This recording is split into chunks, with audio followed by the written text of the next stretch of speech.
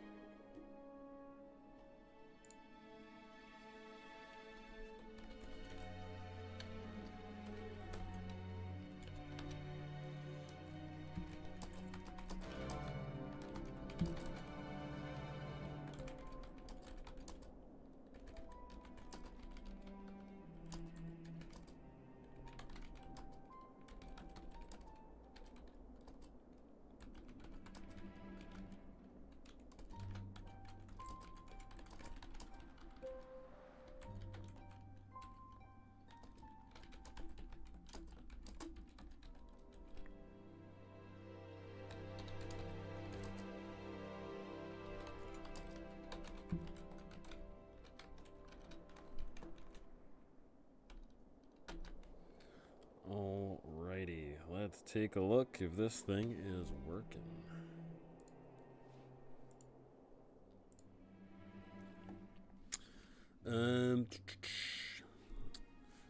Think it looks solid. I need to make a new thumbnail for this. I always forget to do that. Always.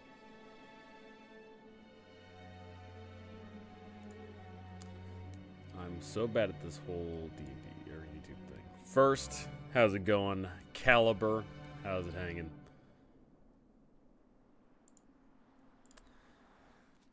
How it be, how it do? How was your Turkey Day festivities? Was it spectacular? Did you get all the food? Did you have a fist fight with that one weird cousin or uncle of yours? Overboard, hello, hello. How's it going?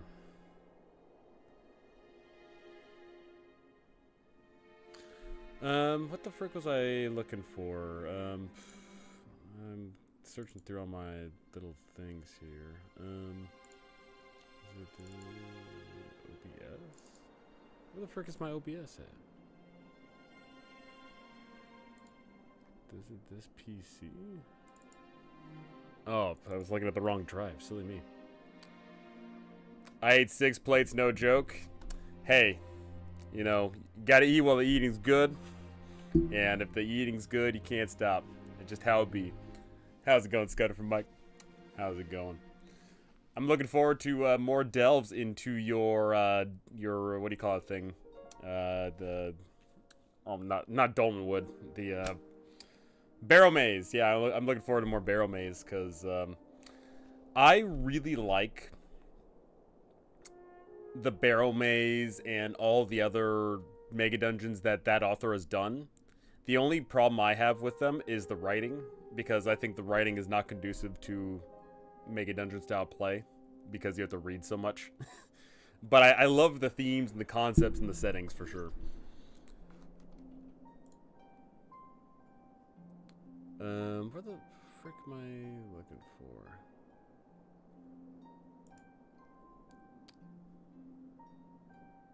OBS. Okay, finally found my OBS thing. It's been so long.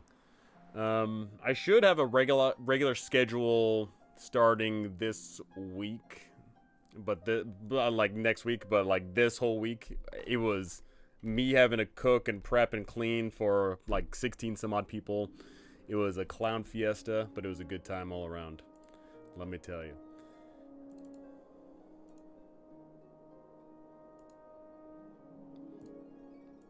Good times. The food was the best as always. Had a giant family game of Cards Against Humanity. I'll tell you, 10 people playing. That is wild fun.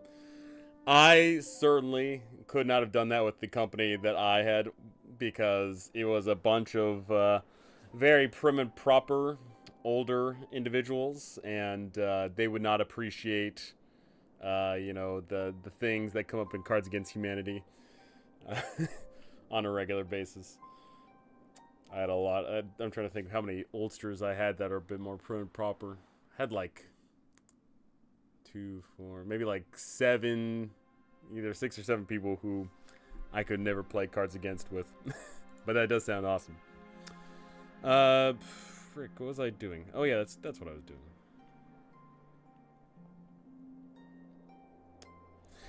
You've nailed it. The block style text of Barrel Maze could definitely use the OSE treatment, highlight key features, short and sweet. It is unfortunate. So the author of that, Greg Gillespie, he has now done 4 mega dungeons, and every single one of those mega dungeons is awesome. The setting, the location, the world, the feel, the tone, the theme, they all fit incredibly well. My 2 biggest issues with those books, however, is one, of course, the text is terrible. I do not think it is conducive to Mega Dungeon style play because, when I'm running a Mega Dungeon, which I'm running a Mega Dungeon right now, but when you're running a Mega Dungeon and your players go through room 1 and then they go to room 2, then from room 2 they can go to room 3, room 17, or room 43, right? And you cannot prep for all of that. Like, it's just not reasonable for a game master to sit there and have read everything and know it thoroughly. So it needs the OSE treatment of being able to read and run right then and there. But the biggest issue with all of his writing is that it's just not possible to do that. If you run it as, like, off the cuff, then you're unfortunately going to have that issue where you do have to pause the game and say, hey, players, hold on, I need to read this to understand understand so-and-so. And that is unfortunate. That is, I believe, not how a Mega Dungeon should be run. It's not how a Mega Dungeon should be written. My second biggest issue is the fatigue of said areas. So Barrow Maze being the most, award-winningest, most bought, most played, most whatever of his lineup there. The big issue is the fatigue, in that when you go to Barrow Maze, you are going into crypts. It is going to be stone. It is going to be undead. It's going to be the same things over and over and over and over and over and over again. And I'm not one to say, oh, hey, your Mega Dungeon has to be gonzo. You have to, like, oh, hey, 3 doors down, it's an entirely different faction, and it's all kooky and wacky. I'm not saying that.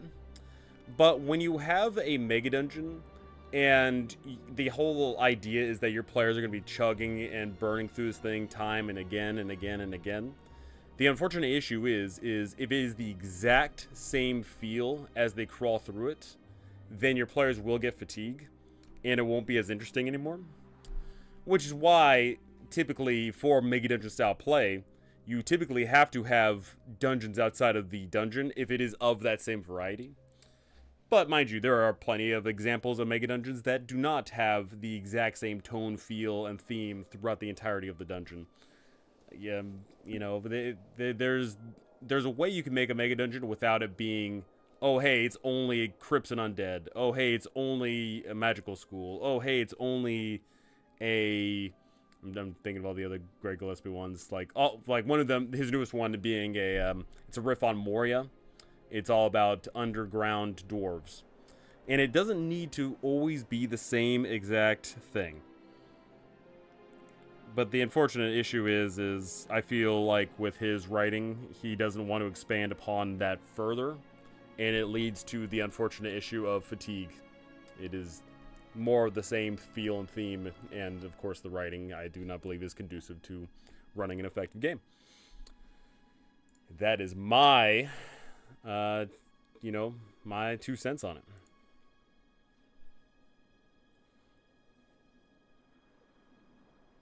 It is an unfortunate thing. And, like, it's funny, I'm actually seriously considering taking his Mega Dungeons and throwing them through a AI chatbot or whatever and saying, hey, AI chatbot, can you redo this entire book, but do it in old school Essentials fashion to make it, usable? I wonder how effective that'd be.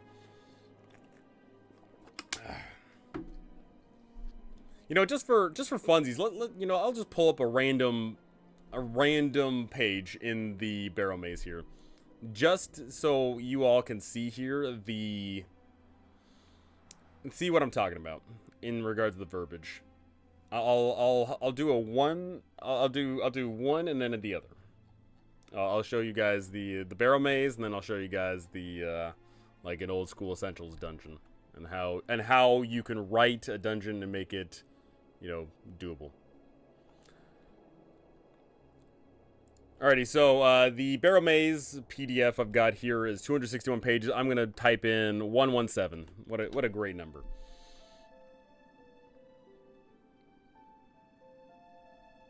Okay. So let me pull this up here. What am I looking at? Window. Here we go. Alrighty, room 244. A barrow mound on the surface has collapsed into this room, creating a large cylindrical opening 40 feet wide, 40 feet deep into the surface. During the day, light streams down from above. Rubble, earth bones, and offal covers the ground here, and worn frescoes adorn the walls. In the various outcroppings leading to the surface, a flock of despicable barrow harpies, 15 in total, all with all of their HPs listed, and their attacks and all that, have made their lair. In addition to the gnarled clubs and rusty short swords, half of these harpies also possess short bows with small quivers of 10 arrows. They will let wandering undead and those dressed in the garb of the acolytes of Orcus pass unhindered, but will attack any other intruders. In addition, the harpies keep a flock of giant vultures, 8 in total, as guardians of pets. Some of these can be circling high above the barrow mounds. So that is not even a great example of what I'm talking about in regards of this book. There is an unfortunate thing in this book in that is the norm. Just an incredible block wall of text that you have to sit there and read. Because if I sit there and I'm trying to run this on the fly, on the cuff, my players are in room 243, or wherever it is. I can't tell because I'm looking at the map here. But they just show up into this room, and then I'm gonna be like, okay, what's in this room? Okay, so there's, I gotta read aloud this part, but I gotta be careful reading aloud this part because I don't want to give away information. Okay, so there's this in the area. Okay, there's that above. Okay, so as I'm describing this, okay, now I gotta tell you that there's 15 harpies. Oh, but then there's an additional whole bunch of 8 giant vultures, and then as I'm running it, then I start reading through, and I'm like, oh, hey, just to let you know, as we're rolling up initiative, half of the harpies have bows, and it's just like, it's just not pleasant to run through. And then to give you an idea of a old school Essentials adventure here, let me find one.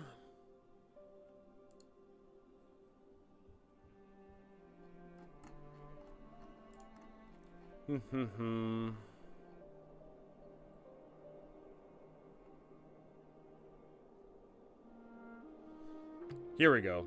Great example. I just found one. As I pull this up.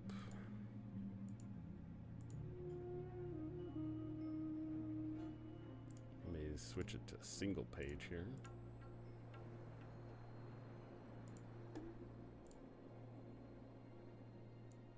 Boop. Alrighty. In room 4, there is a hall of the floating jar. Cobweb festooned hall. Pottery fragments. Boom. Clay jar. Touching the jar. Here's what happens when you touch the jar. And that is just so quickly evocative. I know what's going on in this hall of the floating jar. I can immediately read it. That bold text immediately catches me. The fact that the text isn't, 8-point font text. It is large and in charge. I can see all the words. I understand what's going on. That is great. That is fantastic. It is so good to be able to sit there and understand what's going on right then and there. And I fear that some people, when it comes to creating adventures, are stuck in a Gygaxian era where they feel the need to have a lot of text, where they feel like they need to have small text, where they are afraid of innovation in certain regards of, adventure being given out. But the unfortunate truth of the matter is the times have changed. We don't want to run games where we have to sit there and read the adventure 15 times over before we run it. And it's just, I feel like nowadays, especially I just saw recently there was a game jam for Knave 2, hosted by what's his face, Ben Milton, and there was a bunch of great innovation I saw through a bunch of those adventures. Some of that looks similar to this, where information is presented so neatly, so compactly, and there's not wasted words. You know, going back to this good old-fashioned thing, there's a lot of wasted words here. I do not need to know all the fixings of what's going on here. There's a bunch of words that are just unnecessary. They are flavor text for me and me alone, and that's worthless to me. I don't need it. Yeah, like a great example of that being, they will let wandering undead and those dressed in the garb of the acolytes of Orcus pass unhindered, but will attack other intruders. Like you could squeeze that down. It could be simply squeezed down to saying they will attack any that are not undead or acolytes. You know, or you know, you can string that down. You don't even need to have the but will attack other intruders. You know, there's a bunch of ways you can fix that, but god dang, it's ridiculous. There's no way I can catch all those details in a shot. And in the OSC modules, they color code the doors and show the portion of the map right by the descriptions. Amazing. Another great example of that.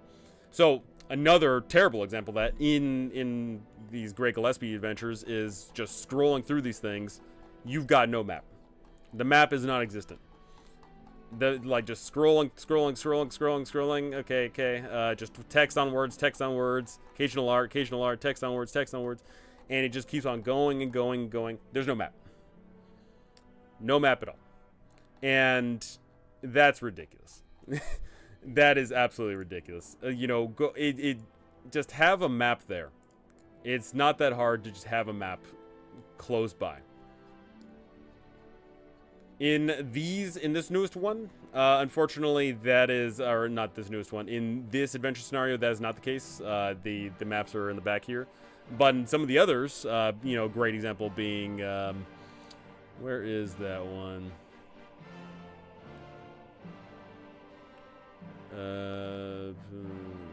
Okay, I'll find a great one of that. I know exactly a great showcasing of how to present information on a page spread. OSC. Where are modules?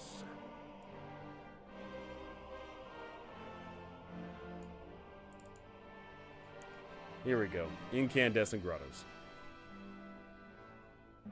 So, I'm on page 5 here. Or not page 5. I'm in area 5.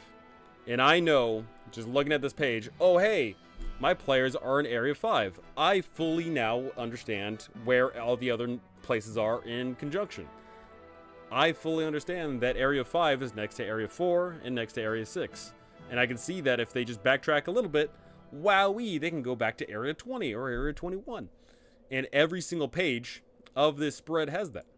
That is fantastic, having a spread where you can see the map at all times. We don't need to see the whole map, we just need to see where it connects to.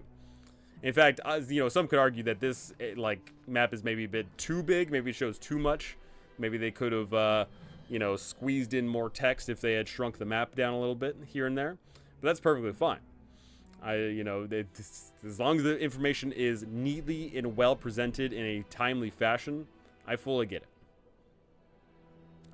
In fact, actually, there's a spread right here that does not have the map at all, and I'm willing to bet that's the case because of, you know, they had to make concessions in regards of putting all these maps somewhere else, right? But other than that, you know, just absolutely fantastic to have maps all over the place to understand what we're looking at. Present the information to the players. So good. Should we kill Nibelbacher? I can't make that decision for you. I am the humble, game master to your West Marches game, which has now hit 50 sessions. Which, hey, surprise, surprise, for all my West March enjoyers, you guys are about to hit 50 sessions of my West Marches campaign. What an incredible journey. What a strange journey my West Marches has been. 50 sessions, a lot of players hopping in and out. So good. And man, let me tell you, because I've ran a few West Marches where I've had a lot of drop-in, drop-outs. And I feel like this one has been very special to me because, one, I learned from a lot of my past mistakes. But two, it's been very special in that I had a clear goal when I started it. The others that I've started, I didn't have a clear goal. I just basically said, hey, open world, adventure, where do you go, what do you do? But this one I actually had a clear goal in mind. You know, like there's a conjoined effort. There's a reason why you're adventuring. There is a clear drive. It's just so great. Nibblebacher will outlive us all, promise. We'll see. We'll see. Probably not. 5-0, let's go. It's been a journey, let me tell you. This whole West Marches ordeal has been quite crazy. And now I'm seeing that you guys are getting involved, you know, in more of that faction play. We're starting to see some strongholds getting formed. Pretty exciting stuff there. I'm looking forward to all of that. I'm really looking forward to some of the OGs getting their strongholds set up. But, you know, you guys are, you know, too busy being lazy and not leveling up for whatever reason. Especially all the lazy elves floating around here. Those lazy elves are only like, what, level 5, level 6. So you guys need to hurry up and hit level 9 there. God, I'm trying to remember how much XP is it for an elf to hit level 9? How much? 400,000. So you guys got a long way to go. Elf still grinding. Yeah, the elf grind is real. I'm realizing. And what's been really great about this run as well is I am absolutely taking a lot of the things I like and changing up the things I don't like. And I'm incorporating that into my newest TTRPG. Current codename title is Make Believe. And one of my ideas is I'm going to... It's going to be closer to OSR than it is to 5e. But, you know, it'll be an in-between. Like, you'll be a little bit more special than a standard OSE character. But it'll definitely be... not like 5e, like, oh, you got 17 actions on your turn. I don't want combat to take a long time. That's for sure. But I'm learning a lot of stuff. No fun. If you haven't listened to Nibblebacher's hit single Nibblebachen Time, I did play that. Oh, it's so great, so great. Both you and Aldrich's back and forth was fantastic. There was some absolute bangers in there. You're a stupid amount. Yeah, elves need a stupid amount to level up. Your Curse of Strahd series is saving my life. Thank you so much for making it. Dom, no problem. That is why I made that series, to help people out. That is the reason why I did it. And I'm so glad it's helped a lot of people out. But what's really funny is the series came out and it did fine for like its time. But for some strange reason, in the past like year, it has blown up. I'm wondering if there's just this like crazy surge of people showing up to run Curse of Strahd, because my views on that series have gone gangbusters in the past couple of months, which is very it's very awesome for me, that's for sure. But it's very interesting to see. But I'm very thankful that I got to help a lot of people out with running Curse of Strahd, because I think it's an adventure that's well worth running and should be ran well. And it's obviously very confusing, because it's a big old empty sandbox. Curse of Strahd, so dang good. And it's funny, you know, like, I mentioned this in my my review of all the adventure modules, but methinks that the reason why Curse of Strahd and Tomb of Annihilation are so strong in regards of adventure modules for 5e is because their roots are dialed into old adventures. Curse of Strahd being, of course, it's just a hodgepodge of old adventures thrown together. Curse of Strahd, or Tomb of Annihilation, is 3 separate adventures kind of thrown together into one, but refitted and retooled. But Curse of Strahd is just absolutely just uplifted and made for 5e. Not to change the topic, but what do you think about Lord of the Rings hitting D&D Beyond? It's very similar to the One Ring RPG, just adjusted a little for 5e. It's more magic than what PCs are used to. My thoughts on that are the following. I'm trying to think of the best way to word this. In regards of a tabletop role-playing game, in regards of a tabletop role-playing game, it does things. This is going to sound stupid for a second, but bear with me here. It does things. It's a car, right? And it does exactly... It's a vehicle that helps drive a certain story, a certain theme, a certain tone, a certain feel, a certain setting. That's what tabletop role-playing games are. They're all cars. And the important thing is not all cars are created equal. Some of them are trucks. Some of them are sports cars. Some of them are, the family minivan, right? They all do separate things. And that's a good thing. There are some tabletop role-playing games which are better for what they do, and you should lean into those strengths. There are certain tabletop role-playing games which do not do certain things well, and thus should not be used for certain things. You wouldn't use your mom's minivan to try and, tow the big old, whatever. You wouldn't use the large pickup truck to try and enter the drag race, right? Use a TTRPG to its strengths. The unfortunate thing in our community is that 5e is the end-all be-all, the monolith, the absolute biggest gangbusters TTRPG ever made of all time. 5e has outsold the competition by leaps and bounds by a significant degree. So many people play 5e compared to any other system, it's outrageous. And they also make way more money than everyone else. I'm pretty sure they make more money than everyone combined as well.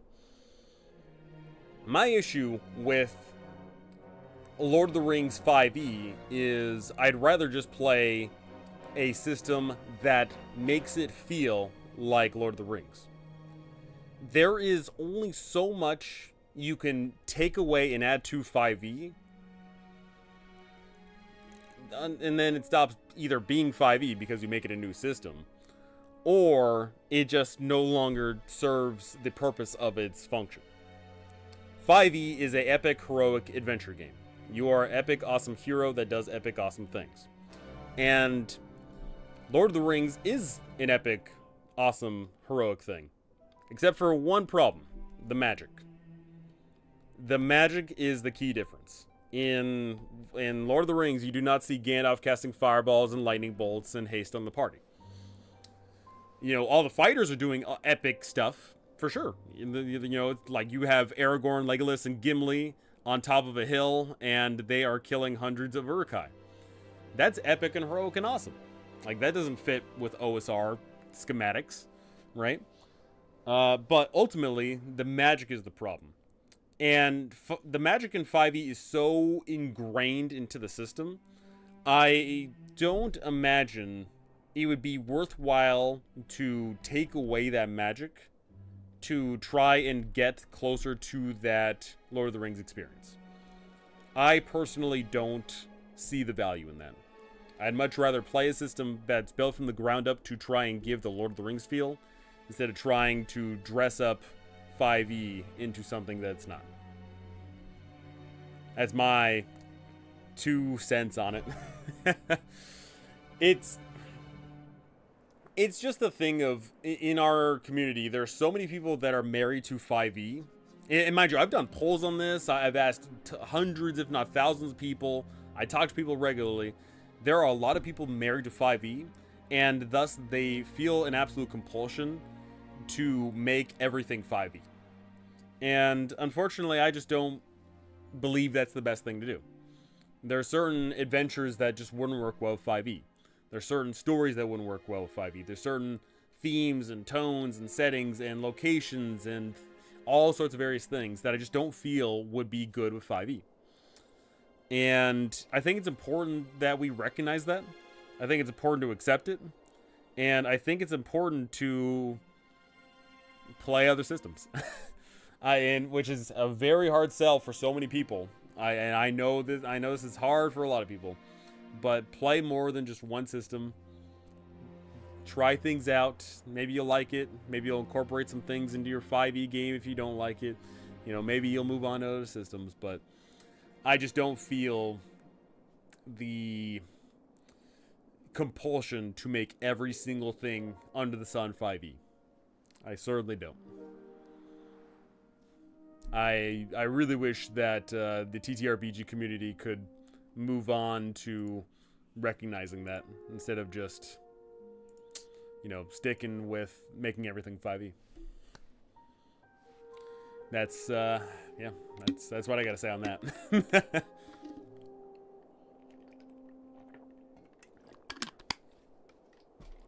Alrighty. What was I doing? I was about to do something. Oh yeah, I wanted to look at my just do a quick review of my West Marches game here. Because there's some things I wanted to look at. Alrighty, so West Marches way down in a little hope.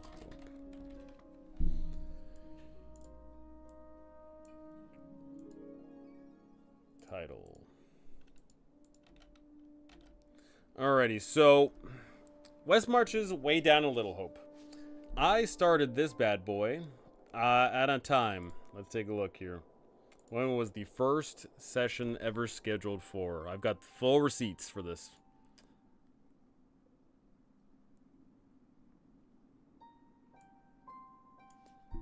Boom, I got it. So session 1 of Guilds and Gargoyles, way down in Little Hope, was Monday, July 8th at 4 o'clock. And in this time between July, August, September, October, November, in those 5 months, I have ran 50 sessions. Pretty good track record overall. There's been weeks where I've ran 5 sessions, then there's been weeks where I've ran no sessions. But overall, it's coming up now on 6 months, and we've had 50 sessions. I'd say that's a really good track record. I think most people do not get to play 50 sessions in the span of 6 months. So I think that's a really, really solid casting right there. 50 sessions. I believe if there was another standout system that people could latch onto, it would be good for the community. I have a few other systems, but not now, but have yet to try them. Yeah, it's just a really unfortunate thing that D&D is so synonymous with the TTRPG hobby. It is like Band-Aid. Not all Band-Aids are called Band-Aid. Some of them are medical adhesive strips. But when you think of tabletop role-playing games, or when I say you, I mean like the general group of the normies, as we should say. D&D is the TTRPG. Like D&D is the game, and I just don't like how it's assumed that D&D is the basis, because D&D, first off, is not great for beginners, specifically 5e, I should say. 5e is not good for, people brand new to the hobby, people who aren't heavy into video games. 5e is not the greatest system to get people latched into what TTRPGs are all about. And there are other systems that do that better. There are systems out there that are better for noobs. But it is what it is. There's just no competing with a mega corporation. There is no competing with the brand which started TTRPGs, and there's just no way. You know, the next biggest competitor, Pathfinder, you know, they aren't even a fraction, and it just sucks. I played a Shadowdark session and had fun. Was easy too. Yeah, Shadowdark's great. Shadowdark is, I think, a great primer for people showing up to the hobby. Do I think it's the absolute greatest for noobs? No. There are certain aspects of it which I don't think are like the greatest to latch on to noobs. But Shadowdark is fun, simple, easy, and a quick way to get into the game. It teaches players how to roll d20. It teaches players to count basic numbers. It is a very, very solid game. This West Marches comprises more than half the sessions I've ever played. Mamma mia.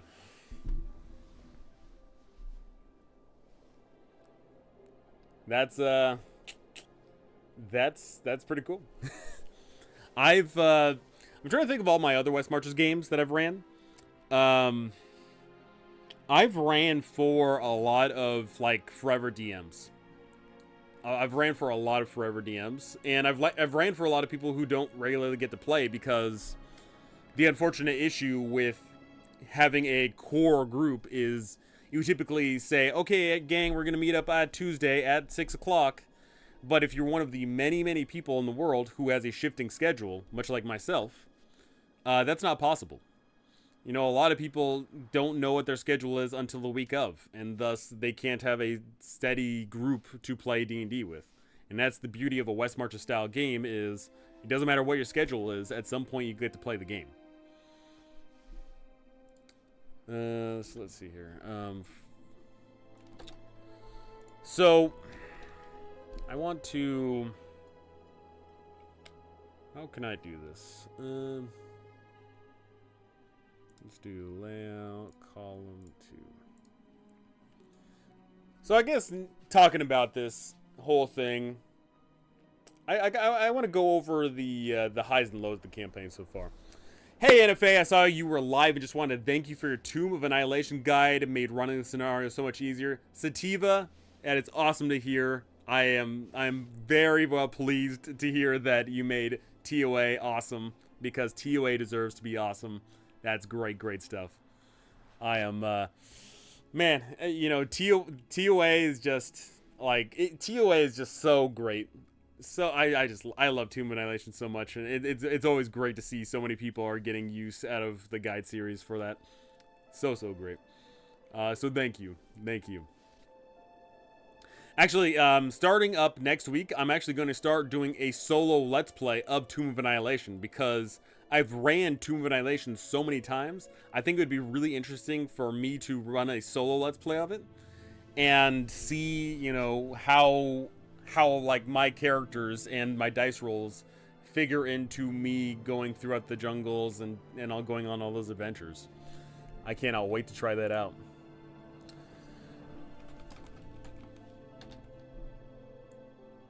Let's go. Yeah, Scudderfur Mike bit me with the solo Let's Play bug there. I've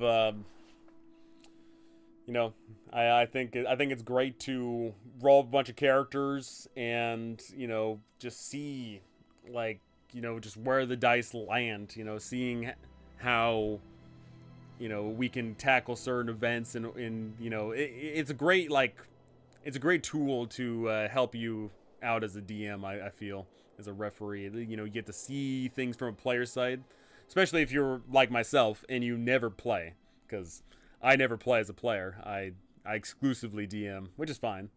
I like DMing a lot more.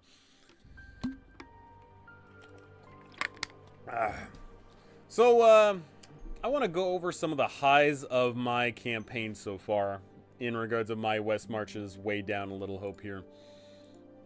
What are some of the highs? Some of the highs, it would be let me pull up all my info on this campaign here. because I'm going to be fair to myself. I'm going to be looking at the highs, but then I'm also going to call myself out on the lows.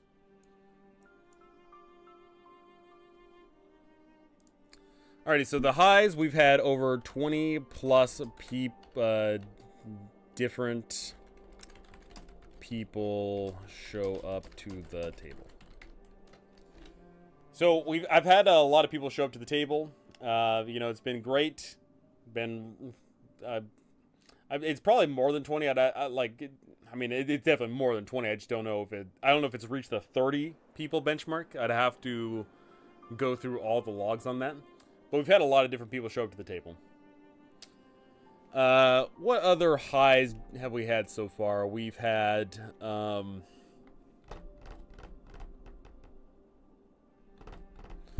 to think of, like, objectively great things. Danger level pre-merc is a high for me.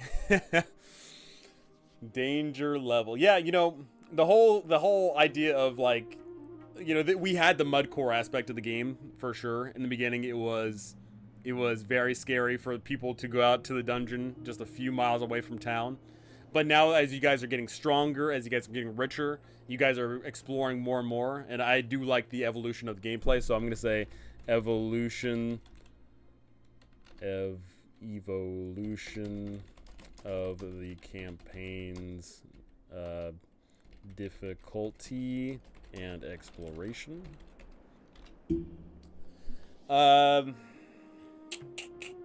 Some other highs would constitute such things as faction interactions and player group cohesion. So one thing I really like is you guys do absolutely talk to each other and try and coordinate some ideas. You guys absolutely come together and think to yourselves, okay, you know, maybe we got to deal with this faction, we got to deal with this cult, we got to deal with this, you know, we got to explore here, we got to loot this dungeon there. You guys have definitely a group cohesion to that regard. Some other highs for me would probably include the likes of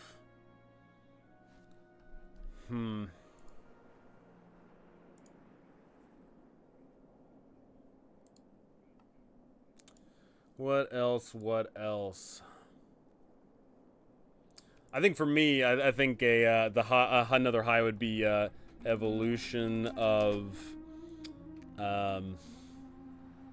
player earned devices, such as new classes, new spells, etc. Like, I really like that I'm giving you guys, like, the base core of OSE. And then from there, it's like, oh, hey, we're unlocking new classes as we explore around. Oh, hey, we're getting new spells. We're getting these new ideas and whatnot. Really like that. Downtime choices are a high for me as well. I'm going to put that as well. Downtime allows for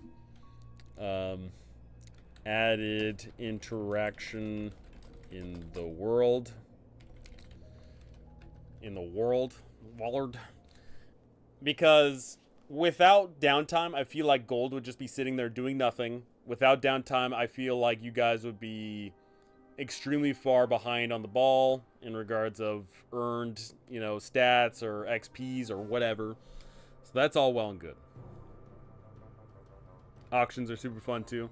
Yeah, I really like the player, you know, interaction therein, and I feel like it was really necessary to do that, because without the auctions, it would just be a thing of, okay, two fighters, you know, not that any PC has played a fighter in this freaking campaign, which is outrageous, but without it, it would be, okay, two fighters find a +1 sword. How do you choose who gets that sword?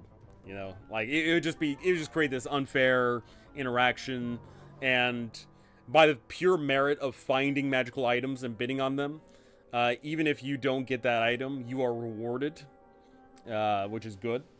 And you thoroughly do have to pay for said item, which is also good. So that's all well and good. And then other highs for me is investment into the world.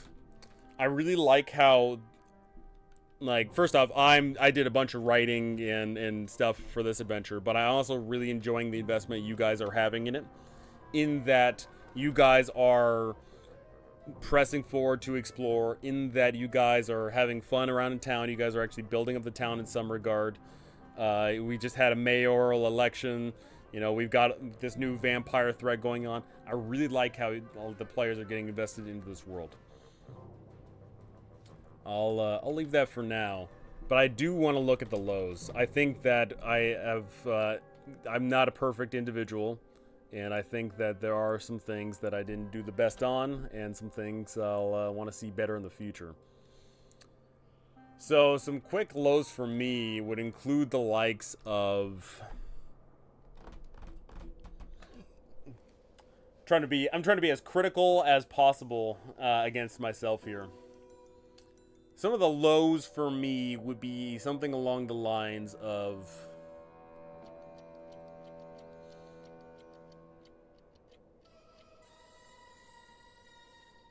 trying to think of like how I want to approach this. Hey, I'll play a fighter if you let Gabe renounce his ranger ways. He doesn't want to protect nature anymore, dang it. Unfortunate. Unfortunate. I don't want to create a system where where you play as one class and then reap all the rewards and benefits from it, and then all of a sudden decide to switch to the other one. Like I'll only allow that with the fighter and knight, because I feel like it is, thematic in that regard, like a fighter being elevated to a knight or a knight being demoted back down to a fighter. Mega long sessions. Yeah, so yeah, mega long sessions. That's definitely something I gotta address. So unfortunately, I get wrapped up in the whims of the people.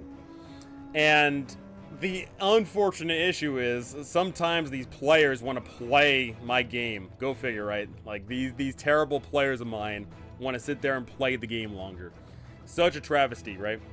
It does become a travesty, because the unfortunate issue is if I'm, we're trying to sit there and play a session, it should be, 2, 3, 4 hours, and then all of a sudden it gets dragged to 5, 6, 7, 8. We had a tremendously long session of like 9 hours at one point. That does need to be curtailed to some degree, for sure. And I know the way to address that. The simple way to address that is simply put out the following statement. Hey, by this time, let's say I start the session at 2 o'clock, by 6 o'clock, 4 hours into the session, no matter where you are in the dungeon, whether you are back at, you're deep in a dungeon or you're on your way home, I will roll on a table. And that table will be tied to where you're at. If you're super duper deep in the dungeon, then the table is going to be really bad for you. But if you're only 5 feet away from town because you were trying to make your way back, then the table is going to be lenient. And the example of that would be, okay, I'm going to roll a d20 for each player, and it'll be a -1 for every, hex you're away from, every hex you're away from the dungeon, or away from the town, and it's a -1 for every level that you're in the dungeon, and it's a -1 for da-da-da, so-and-so. And then I roll the d20, and low you die, medium you come back, but you're missing something. You're either like losing stats, or you're losing your gear or whatever. And then high, you return back to town, no problem. That's the way you curtail mega long sessions. I've been reluctant to do it for this campaign because more often than not, it is good. More often than not, we do have, regular session tables or session lengths, but every once in a while it does go a bit overboard, for sure. Golly, my nose is all itchy too. Another low of mine is...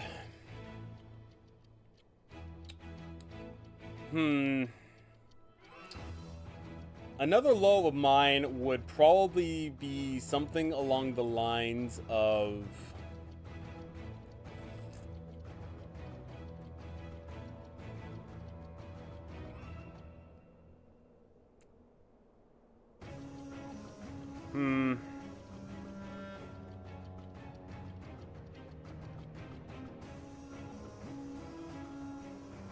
I'd say overall, I'm not as happy with the guild the guild benefits slash quest slash rewards. The whole guild experience. Overall, the idea behind Guilds and Gargoyles was that you guys, when you create your character, you join a guild, and that guild gives you certain benefits. And then throughout the course of the game, the benefits, go bigger. You get different benefits, and it changes up your gameplay and this and that. Overall, though, I'm not happy with it because it feels very gamey. And I didn't want it to feel as gamey as it ended up being, but it just ended up being like, oh hey, I want this certain stat to go up, I'll join this guild. And that's essentially what it became. And we're locked in it now. It's way too late to go and fix that. But overall, I think the guild experience could have been handled better. I think the guild experience could have been more character driven and engaging. And it could have been more group interactive instead of just end up being another, like, it's just something that you slap onto your character creation. You roll up your stats, you choose your class, and then you also choose your guild. Like, essentially what it became. So many awesome choices for PC guilds, but only one PC allowed, so I can't explore other things because I don't want to lose my guy also. Yeah, that's another low I'm probably gonna put down here is the PC experience. Or I should say the PC experience, because I'll get to PC experience in a second here. So when it comes to West Marches, there's a lot of ways people run them. Some people run West March where you show up to the session and, oh boy, I get to, today gang, we're going to the Kobold Mines. And then your players show up to the door of the Kobold Mines. And then next session after that, oh hey gang, you guys are going to the swamp to go deal with the evil frogmen. And then, oh hey, and then they appear there. In this campaign, it has been free form. The players absolutely get to choose where they get to go today, where they get to do those things, and that's awesome. But one of the core aspects to this whole campaign has been you play your character. And I didn't want there to be a re-rolling of many characters because I didn't want people having a full-on bench. And I didn't want it to be a thing of, oh hey, you played your character you played character A this week, which means you cannot play character A again. You have to play, if you want to play again this week, you have to be character B or character C. And that has its ups and it has its downs. I certainly feel like I could fine-tune it a bit more to allow for a bench of characters that doesn't just have to be the retainers, which I'll be getting into in a moment here. But overall, I think that I could have handled players playing more characters in a better way. Single characters. Major Quest should have potentially been marked for guild benefits. It would be more group focused, so everyone in the guild got the benefits. It would also potentially give you more control.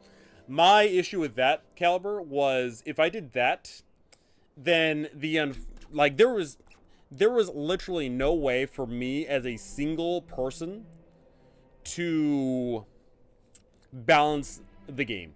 There's no way I could have sat there and balanced 10 different guilds.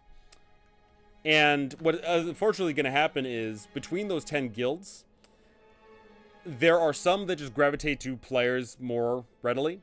Like, for example, like the Golden Order has the most people by far of all the other guilds. All the other guilds are seeing use, every single one of them, but some of them only to a minor degree. I imagine if I had like 100 players, then it wouldn't be an issue. But when I've only got the 20 some odd players that are regularly here, you definitely see like, oh hey, they are playing that guild again, and well, if it had been the case where the major quests were tied to the benefits, then it would be a rich get richer. It would be, oh hey, the guild that has the most players gets the more benefits, and thus they are better. And thus, if you are not one of those guilds, then you are bad. And it's just like, it's just an unfortunate thing of you want everyone to. I don't want everyone to feel like they need to play that. A great example of that being in World of Warcraft. If you're on a server with Horde and Alliance, if it's 50-50, it's awesome. But if you're on a server where it's 95% Horde and then 5% Alliance, if you play Alliance, you feel really bad, and thus you either switch or, do something else, right? Kind of like that. Maybe you have reroll stat rewards for AP points. Yeah, overall, I'm just overall not pleased with my performance on the guild benefits and quest rewards and things of that nature. Overall, I've just not been terribly, excited about that. Next up is XP and GP. So, this one is one of the toughest in order to challenge for the game, because everyone has a preference for how long they want their campaign to be. Some people want a campaign that goes on for years and years and years. Some people one of the players here was part of a West Marches game that went on for like years, like 2 some odd years or something like that. They were a player in, and after 2 years, they were only level 7. And for some, that sounds awesome, and for some, it doesn't. There is literally no way to get a group of people together and have them all agree that the XP and gold, divvying out is perfectly balanced, fine, fair, and rewarding for the time investment in the game. Am I thoroughly pleased with my XP and GP allotment throughout this campaign? It's tough. It really is, because overall, we're 50 sessions in. We're 50 sessions in, and our highest people are level 6. We've got some level 6 floating around now. And mind you, every single one of those level 6s, the majority of them did not start from session 1, mind you. Some of them are, people that are on their multiple character now. I feel like you are way generous, but I gotta admit, it's super fun to get loot. That's the other issue too, is with this style of West Marches campaign is, it's not like I'm creating the dungeon for the players at my table, right? Like it's not like I'm tailoring the perfect dungeon for my single group of team, right? I've got no idea, no clue who's showing up to the table at any given time. It could be 2 players and they're all level 2s, or it could be 6 players and they're all level 5s and 6s and they're all bringing their 27 retainers. Right? And there's no semblance of knowing the loot. But what is important is I'm not going to sit there and all of a sudden generate a bunch of loot just to accommodate more people. I'm not going to take away loot because there's less people. The loot is there no matter what, no matter who shows up. And, if it's more people that are higher or, lower, or, whatever is what it is. So sometimes you guys do get an absolute treasure haul, and then sometimes you get nothing. But overall, we can see that, once again, sometimes it's feast, sometimes it's famine. You guys have had sessions somewhat regularly recently where the group walks away with, 100 gold for the session. And then there's been other sessions where the group walks away with 20, 30,000 gold. And overall, there's no way for me to run this specific campaign and not have that style. Like I could run a certain type of West Marches game where the XP and GP divvy out is guaranteed to a certain extent, but I couldn't run this one. I think OSC standard of giving retainers half XP should have stayed. PCs should get more loot and level up faster. I'd much rather have a level 8 PC with a level 4 retainers. Yeah, so that goes back into my other thing of the PC stable. The reason why I got rid of the half XP for retainers is because I wanted players to take up their retainers if they so desired.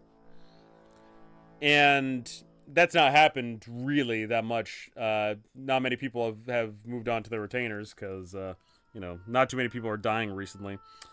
But ultimately, I wanted that to be the case because, once you get to the higher levels, once we do get to if you're level 8 and then you die and then you got to go all the way back to level 4, it is extremely punishing. Massively punishing, right? Like, yeah, if you're level 3 and you go back to level 1, it's not that big of a deal because you're only, 1 or 2 sessions away from getting back up to where you were. But once you get to the higher levels, that definitely is an issue. And that ties into the lows of this campaign being GP and XP. My retainers kind of feel like second PCs, so that makes sense. Yeah, so let's move on to another one here is retainers. So, in accordance with, once again, the idea of the not having a stable PCs, is the retainers. And I made the acquisition of retainers incredibly simple. I made the acquisition of retainers incredibly guaranteed, like in the beginning of the campaign. And then over the course of the campaign, of course, you guys suffered incredible losses, and the retainer pool was diminished. But then eventually, over the course of your guys' actions, the retainer pool regrew again. But ultimately, the retainers do quite a lot, right? The retainers ultimately change the entire fundamentals of the game. The retainers, because, everyone's got anywhere between, 2 to 4 retainers, or you're even higher than that, it changes the group dynamic so much. Bring back the deadliness, get them good, no fun. LOL. Here's the thing, is I haven't taken my foot off the gas, Justin. Not at all. It's just a matter of they have gotten incredibly lucky time and time again. There has been so many times where you guys encountered a deadly monster, but I rolled bad on my initiative. I rolled and the monster was surprised. There's been a bunch of times where you guys did get hit by a bunch of things, but you guys just made all your saves. It has been so frequent where people should have died. Like, just statistically, on average, people should have died, but people just didn't. So, I haven't removed the deadly factor. It's just a matter of the party has been monstrously lucky. Some people recognize that and are thankful. Some people do not recognize their luckiness and keep on pushing it. But I promise you, if they keep on pushing it, then something really bad is going to happen in the future. Like, there's going to be a total wipe. There's going to be, like, half the party gets killed. The group's going to get lost entirely. It's going to happen if they keep on pushing their luck. But ultimately, back to the retainers thing is, the retainers fundamentally change the game. It takes because, once again, because my idea was, oh, hey, you don't have the backup character. What ends up happening is the game is absolutely driven by these retainers. And, it's, oh, hey, we got a party of 5 players, but, our marching order is now, 25 people. It's like, oh, my God, And for that, I'm a bit conflicted. I am conflicted on the tonality of the campaign in regards of, do I want this to be classic old school where you're going into the dungeon with a caravan of people? Or do I want this to be a little bit more modern? More modern from beginning, I should say. And do I want it to be more individualistic? There's a bunch of ways I could have changed that, right? I could have changed that in a number of ways. I could have made it that I could have adjusted the charisma table, and thus, a higher people could only get 2 or 3 retainers, and if you had low charisma, you couldn't get any retainers at all. I could have made it, just the one retainer. I could have made it that you have to pay the retainers extra to go into the dungeon, and thus that would have warded some people off from taking them. There's a bunch of ways I could have affected how many retainers show up to the table. But the truth of the matter is right now, if I run a session and I've got 5 players, then 25 characters are showing up to that dungeon. Some people like that. Some people don't. Retainer loyalty.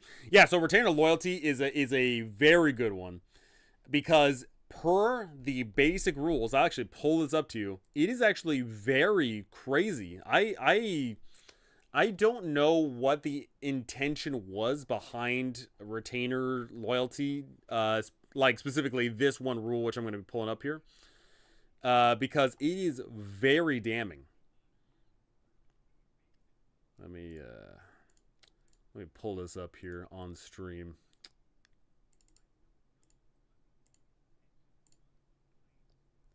Boop. As I'm covering it. So, loyalty check is after an adventure, if the roll fails, the retainer will not work for the PC again.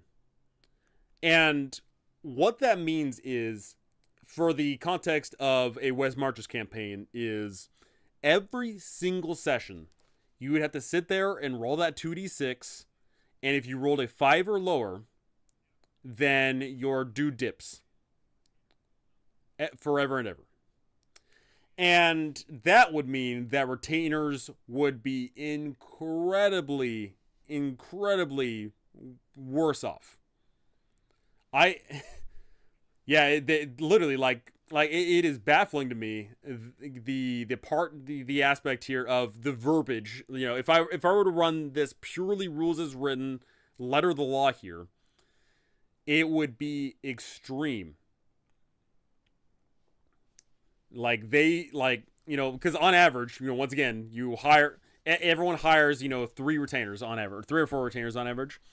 Then, of course, rolling 2d6, and if you have a +0 to your charisma, which the average person has a +0, then ultimately, next to half of the party is half the retainers are going to leave. And then there's going to be that constant rotation.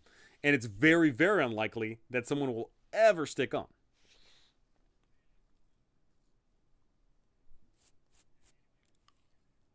Oh no, that's just for higher. My apologies.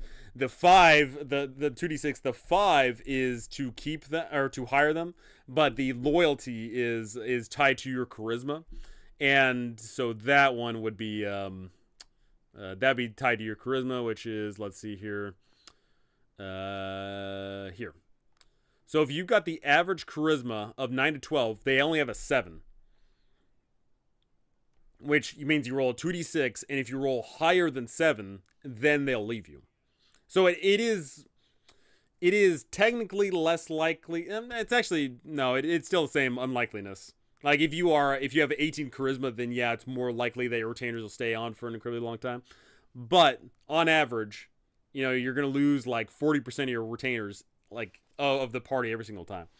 So is what it is.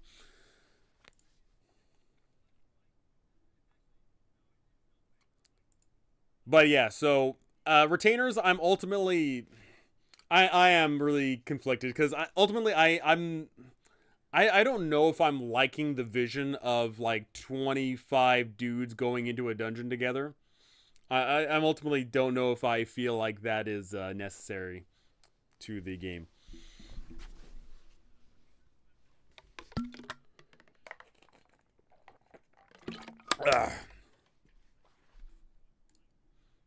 Alrighty, what are some other? Okay, maybe I'm gonna number these here. I'll change that to a number. Boop. Just to see if I've got okay.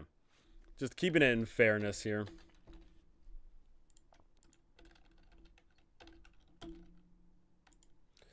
What are some other lows? I really need to sit down and just always reevaluate what am I doing well and what am I not doing well for both the future of this campaign as well as my other future campaigns.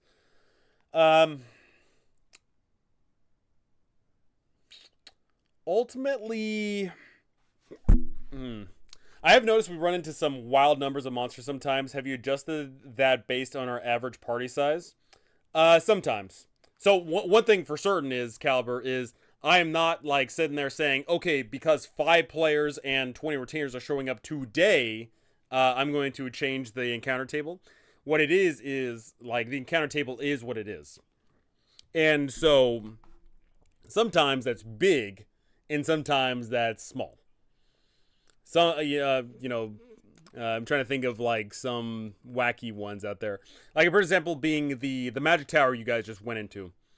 That magic tower, the random wandering monsters were like they came in ones and twos.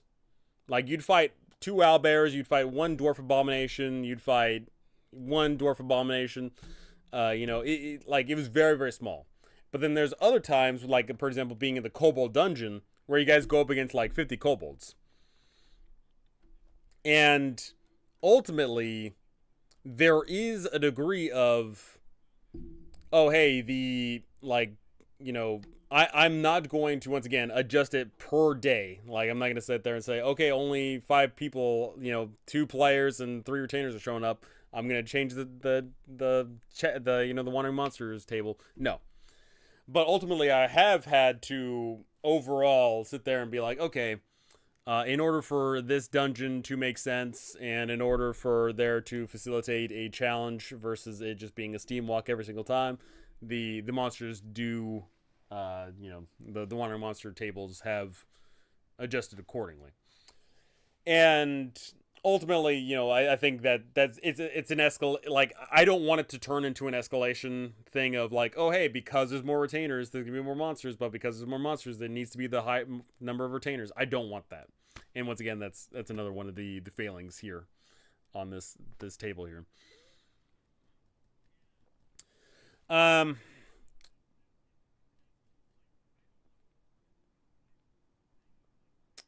I'll say another low here overall is probably going to be something along the lines of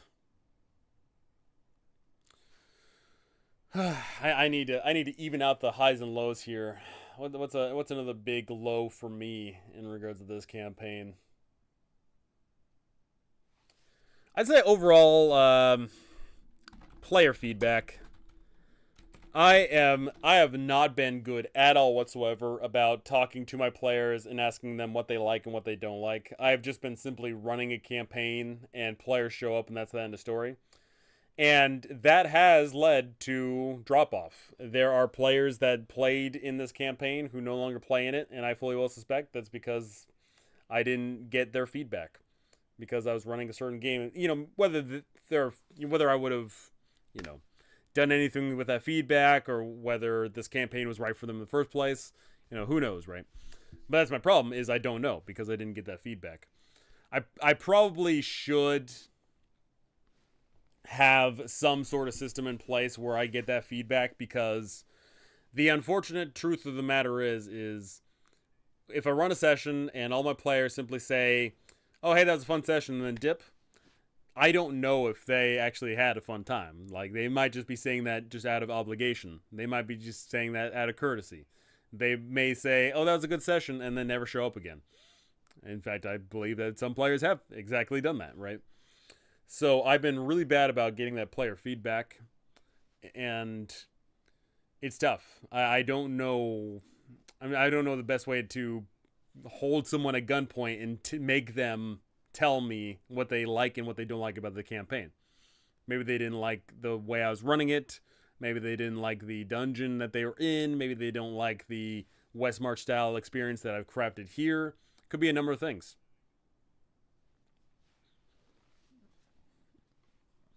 I feel like you heard all my feedback, so it's definitely possible. Could be. Could be.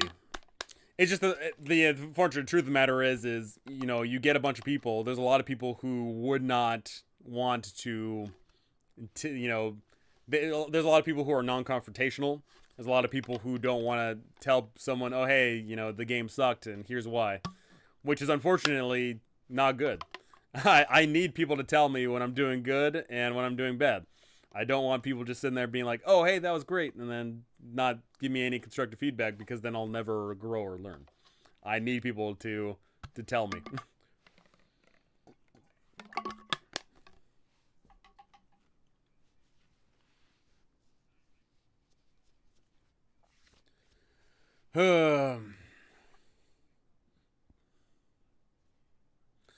I don't like the big dungeons. I'd prefer you just put the loot in a neat pile at the front of the door for us.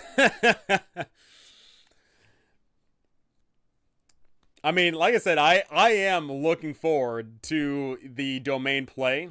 I guess that's another thing here is rigidity to the rules. Uh, yeah, rigidity to the rules. So overall, we're running OSE, but with my stipulations. We're running OSE, but you don't die at 0 HP.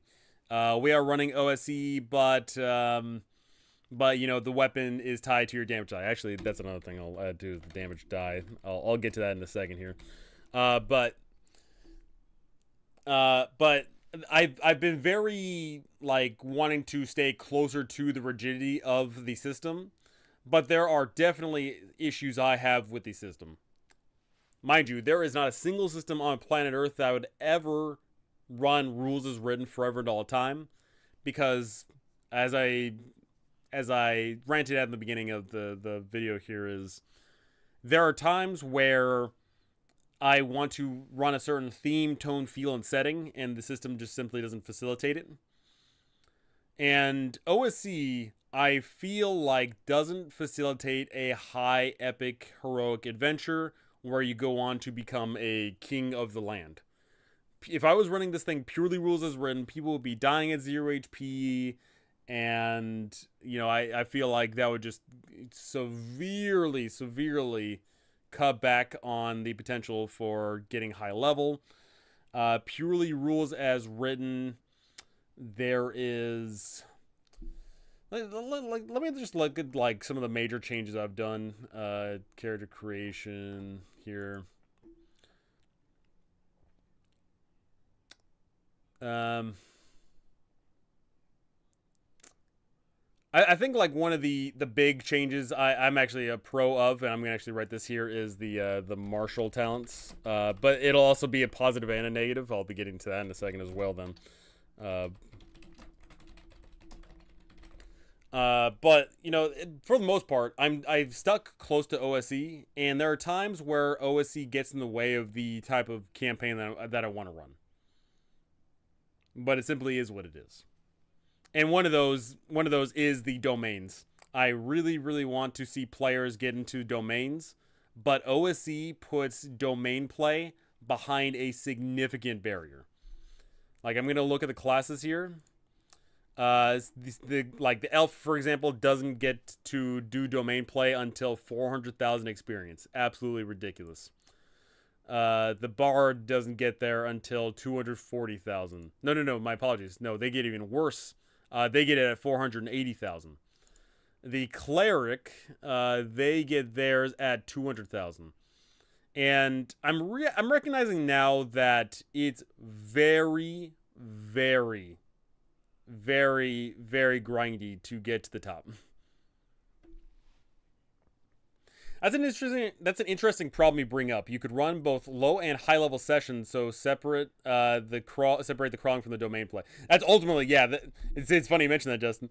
That's ultimately what I'm thinking for like my next time I run a campaign. Is I'm probably going to have something along the lines of your character stable is probably filled with different operators. Like you have the dungeon crawlers, and then you also have the domain players and things of that nature. That's probably where I'm leaning toward. But ultimately, yeah, my rigidity to the rules unfortunately dictated that this campaign is closer to that, and I don't know how well it would mesh if I start changing a bunch of the rules in the middle of the campaign, is what it is. And so another thing is damage die. Overall, I do not like OSE's weapons table. Let's actually pull that up on stream here so I can show you all the weapons table.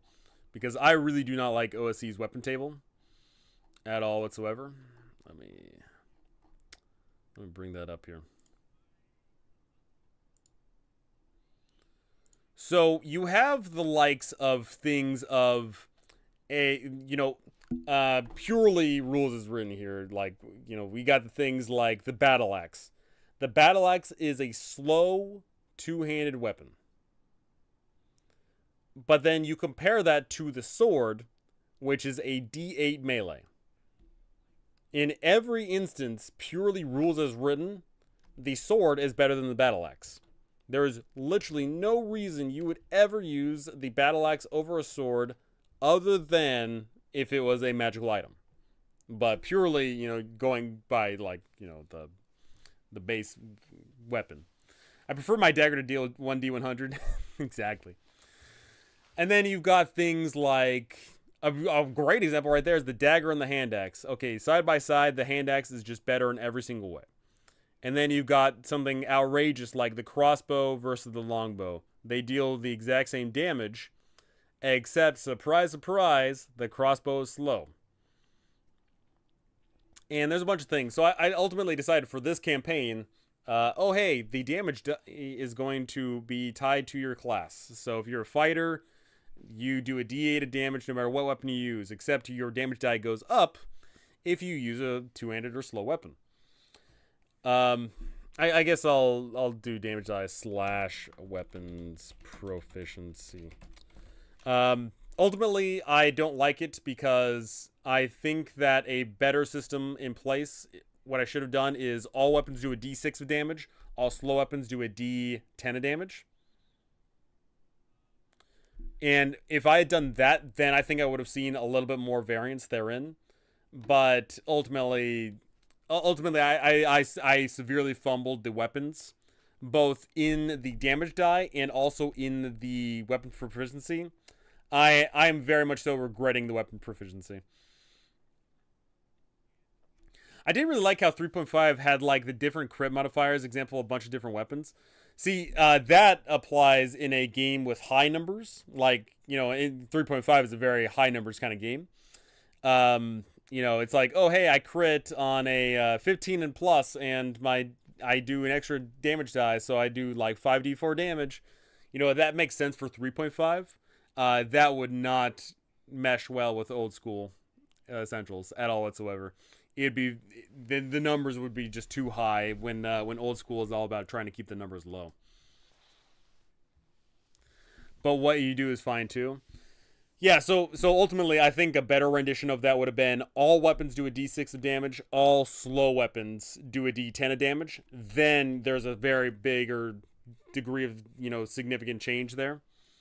Oh hey, do you want to use a sword? You do a d6. But if you use the two-handed sword, that's a d10. Like that, there is a very big gap between there. I totally messed up on that, and I really don't like the weapon proficiency thing because I think that locks people in. I know that the weapon specialization thing locks people into their specific weapon, and they never move off of it. And I think that's fine. I think it's. I don't like it, but I just don't like it. I severely fumbled the weapon proficiency thing for sure. I will gladly admit that. Also, where the frick did my? What if I want a scythe? Exactly. Where the frick did my? Where the frick did this thing go? Oh, there it is. I didn't really like that Anyo the Thief only did D4. It felt pretty lackluster. Yeah. I'm fully well recognizing that I do not like how I handled weapons. Well, once again, for example, being Anyo the Thief doing a D4 with their dagger, just with like the dagger or like natively does a D4 of damage per the standard rules. So. It wasn't much better. I feel like next time I'm going to severely change that up because, it didn't feel great. Like if everyone's doing a D6 of damage or a D10 of damage, then it feels more on par of, oh hey, you have a D6 of damage, but you got a +2 to strength. Then you get to see that significant change. And then of course you see a fighter side by side, one doing a D6 of damage, one doing a D10 of damage. You see that significant difference. But unfortunately, with the amount of people in play, when we got the 25 people, the 5 PCs and the 20 retainers, unfortunately, the damage die really doesn't come forward as much. Daggers get the shaft. Exactly. So, yeah, I just feel it's a combination of things all coming together that just doesn't work well. So, moving forward then, both high and low is martial talents. I really like melee people, specifically fighters in particular, above all else, to feel like they have more to do than just I do a I rolled a swing and that's the end of story. I really like the martial talents. I think that martial talents are absolutely necessary. Absolutely necessary. I'm trying to say like necessary. I feel like it's absolutely necessary for martial talents to be a thing because it definitely just, man, it just feels so bad if you are like looking at all these other people, all their other fancy classes, and they get to do cool things, but then you just sit there and do nothing. Even though like the fighter is like the most necessary part of a campaign, you need tanks, you need DPS, but you don't need to have like everyone be like a paladin or a knight or whatever to feel special. So the martial talents are absolutely necessary to do that. But the unfortunate part with those martial talents is I didn't balance them. Some of them are just clearly more universally useful than others. So some of them immediately saw way more use, and some of them are not seeing any use at all. Some of them scale better, some of them don't scale as better, and it's just unfortunate. So I feel like next time I go about it, I'm probably going to rework the combat talents if I were to, run an old school game like this. Because I feel like they're necessary specifically for fighters up most forward. Fighters need love, but there needs to be more of them, and there needs to be not the automatic pick-me's. Because there are a couple in there that are the absolute, pick-me's for sure. For example, being if you are rocking a gun, then you always take the ready shooter. You always take the fast hands. If you're one of the frontliner folk, then that shield master is just way too good. What else was there? I'm looking at them right now.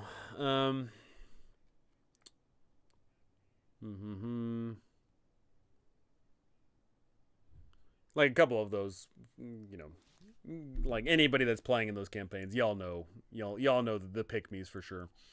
But I feel like they're absolutely necessary. Like marshals need love like that. So yeah, I mean overall, it's been good. It's been a good 50 sessions. It's been a lot of people showing up. It's been a lot of people playing. It's been a lot of people engaging the community. Cleave's a fantastic one. Mind you, Cleave's only good against like the specific subtype of enemy of like weak sauce. And then obviously when you guys go up against strong enemies, then Cleave is worthless. But when you guys go up against the weak ones, then is what it is. I'm also probably gonna just the easy thing with Cleave is just to nerf it so that you only get one extra attack per round. Like that would be the immediate the immediate nerf to that for sure. Ugh.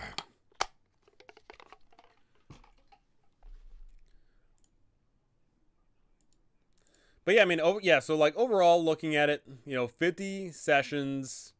The 50th session is probably going to be held either tomorrow or on Sunday. But 50 sessions overall, a lot of great stuff going on there with that. Absolutely fantastic. So much interaction with the community, so many games played, so many hours logged, so many fun things had. It's just been a great time, and it's really just fun to run games for the community. It's really great to run games for people who don't get to play that often. It's just a great time. My only sadness is that I haven't reached more people. I haven't been terribly great at advertising it on YouTube because I'm terrible at doing YouTube in the first place. But ultimately, I do wish that there were more people involved, so I could see a healthy rotation of people in and out. But quite frankly, I'm just not the greatest at this whole YouTube thing. If I were greater, if I were some of the greats, Like, you know, anybody with 100K plus subscribers, if they said that they were hosting a West Marches public game, then I'm willing to bet that they'd get, you know, hundreds, if not thousands, of people trying to show up to those games. I have not had that luxury.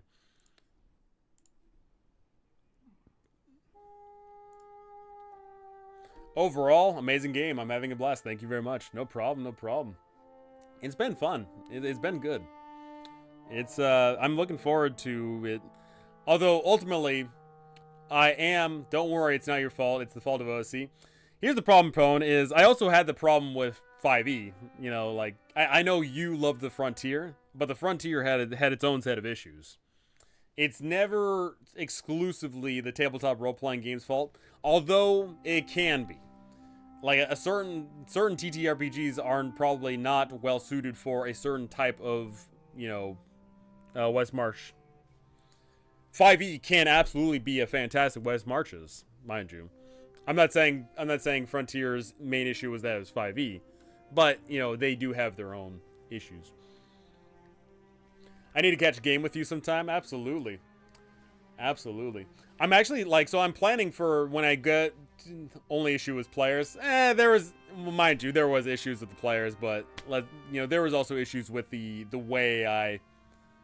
There was issues with the way the world was structured and the adventures at hand. There were some issues for sure. The game was clean. It wasn't just the players. It wasn't just the players, Bo. Amazing game. Definitely advertised more. That's how I found you. It took until the second time your video came across from me to join the Discord. The shorts work. Yeah, like I said, I'm really bad at the whole YouTube thing. That is the unfortunate part. Is, you know, I've got a measly 16,000 subscribers. When you look at a lot of my YouTube contemporaries, they're pumping out a video every week. They're engaging with the community. They're pumping out shorts. They're pumping out content. They're, you know, doing polls, and they're going on Facebook and Instagram, Twitter, TikTok, wherever. And I am just so far behind on that stuff. I'm just so bad at it. And if I were to be better at it, I could hopefully get more people, but I've just been really bad at it. No, I know. Look, 6 T-Rex is 30 feet away. Yeah, issues like that, right?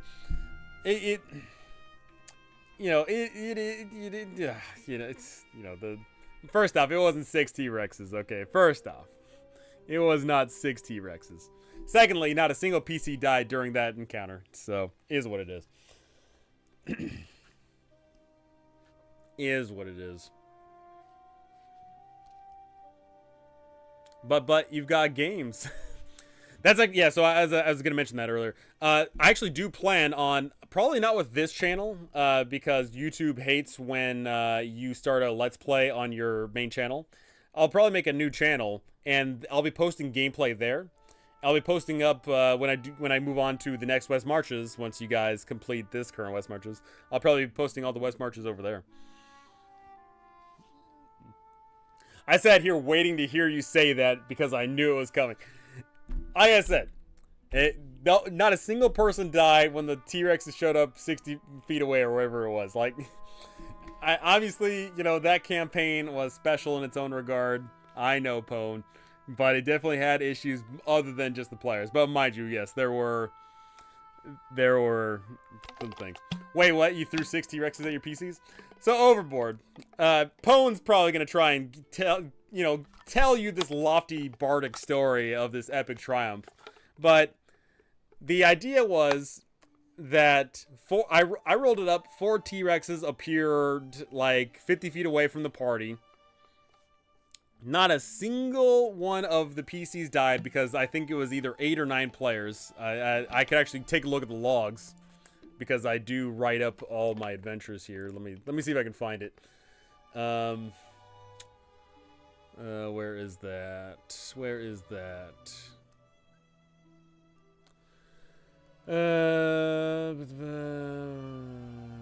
Where is that? I know it's here somewhere. Frontier Chronicles. Okay, I'm I'm going to try and find the exact thing here. Let me see. T-Rex.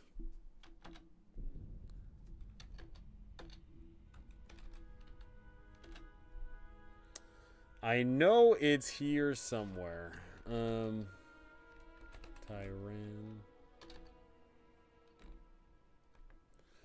Ugh. They def rolled into movement range. Yeah, so they would have been like, oh, man, I'm trying to find what session that would have been. Because I wrote up a synopsis of every single session, which there was 82 sessions of that West Marches campaign. Pone, I don't know if you can find it in the Frontier Chronicles. There, I'm trying to find it, but there was a lot of players in that session.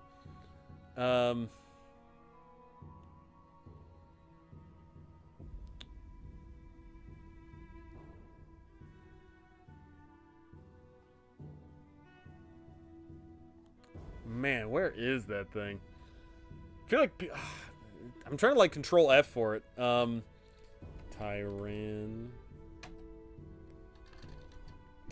Would I put lizard? Would I have written lizard?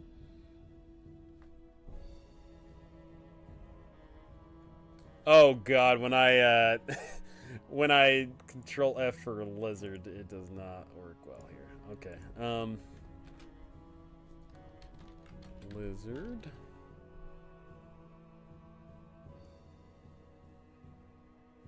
Alrighty, so I finally find it.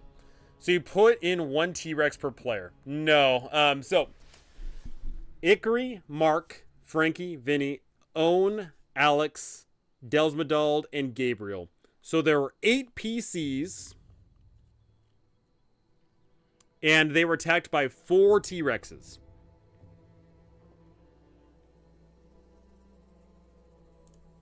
And mind you, this was the 44th session of this West Marches that I'm looking here.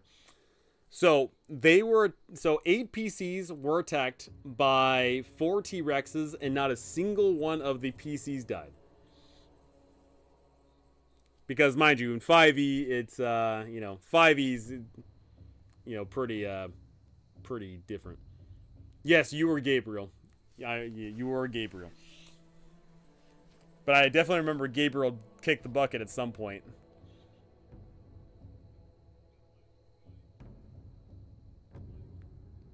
In fact, actually, let me find Gabriel here. Let me see how did Gabriel die. Another $5 for your brand new gaming chair. Thank you so very much. Thank you so very much. Caliber, you are a stand-up gentleman, a scholar, and a saint. Thank you so very much. All level 1 characters, no. I'd have to look. I never wrote down like what their levels were during those sessions, but they were definitely like all anywhere between like 3 to 6, somewhere around there.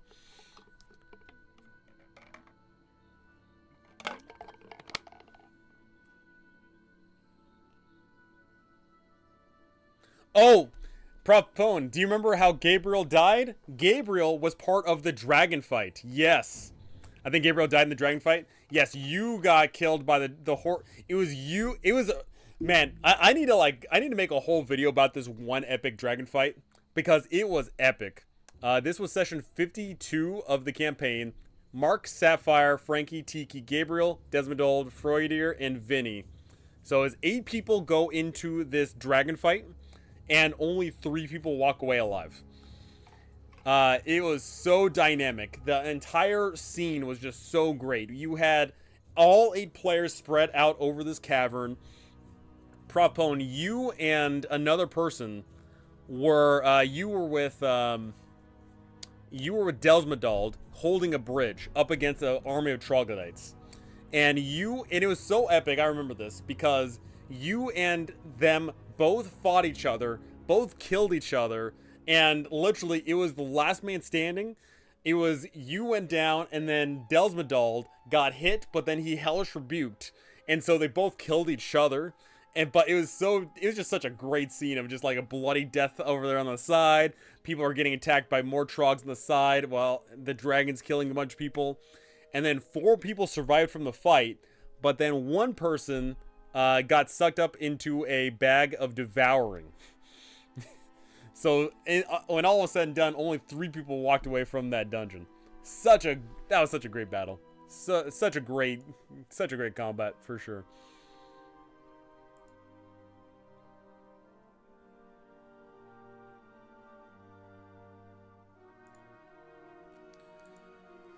Oh man. And that's the great part about, like, when I reflect back on all my campaigns is I'm never thinking about the system in that aspect. Like, I'm never thinking about, oh hey, because, you know, if mechanically in 5e I'm always thinking of, like, oh, the cool epic moments. That was Goji, right? Then he rage quit the campaign. He did. It was pretty funny. It was pretty funny. Because as a reminder, when I said, "Oh hey, you all watched him get sucked up into the bag. What do you all do?" They all said, "Oh, we'll take him back to town, which is a couple of days away." And I said, "Okay, because you waited, he died." If they had just immediately tried to save him, they could have saved him, but they didn't. They were too cowardly.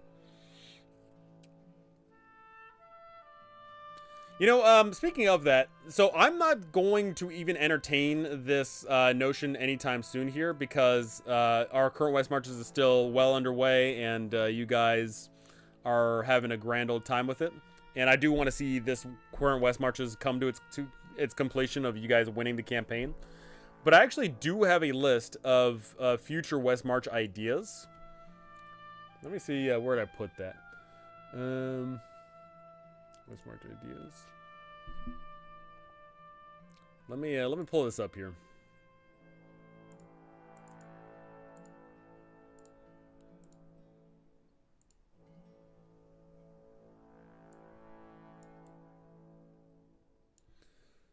Alrighty, so let me just click through this real quick. Because I've got ideas for my next West Marches that I run. Like I said, I'm not going to start it anytime soon because, you know, I've got, I like the campaign we're running right now. But let me just show you guys some things here. Bell Divers. The idea of Bell Divers is that you guys are all exploring underwater areas. And the way you do that is by sailing on a ship. And then you go under in a bell and then drop down. And you know, then you explore underwater using the bells as air pockets. You see that Fat Larry and W with the free LC dropping 12 subclasses for Baldur's Gate 3. Hey, good for them, keeping the interest alive in that game. It's that's pretty good.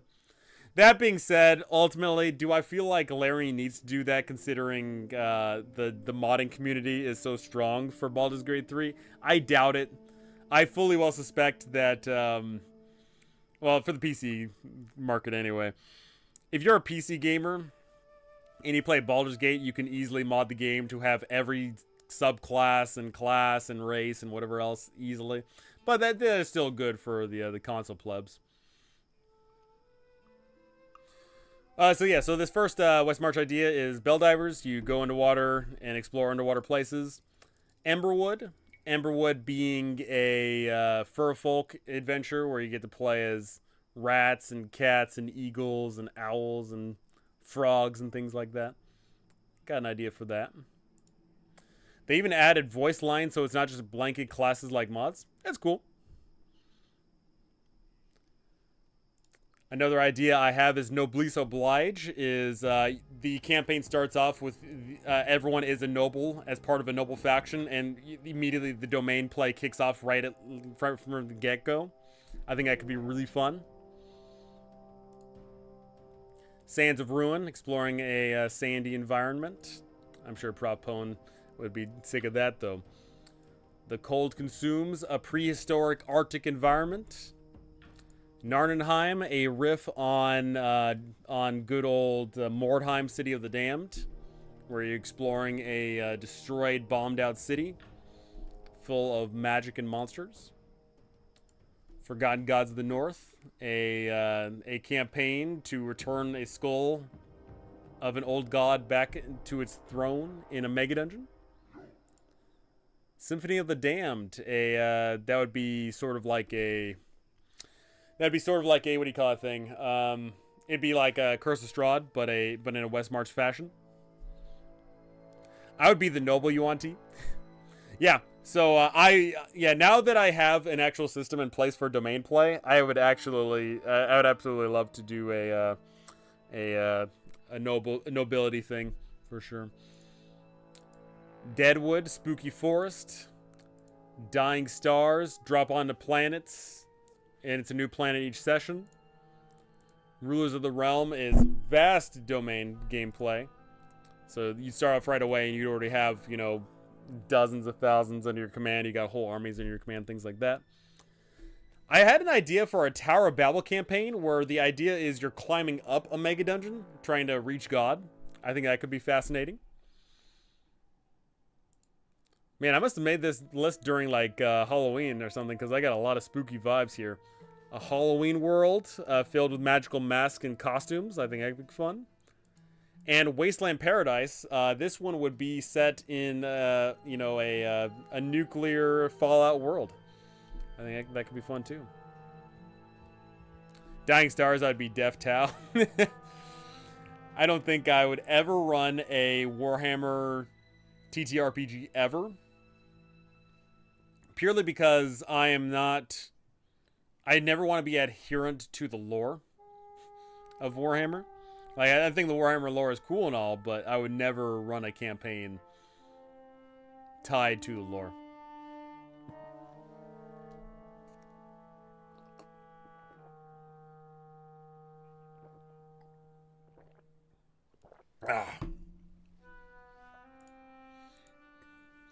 But I'm hoping by the time this current West Marches wraps up, I'll hopefully get more people involved, and maybe I could have a big old, voter pool on what the next West Marches would be.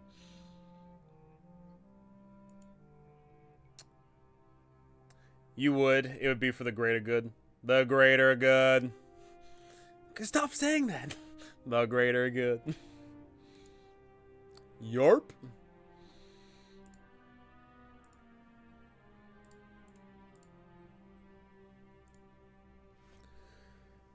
Oh, man.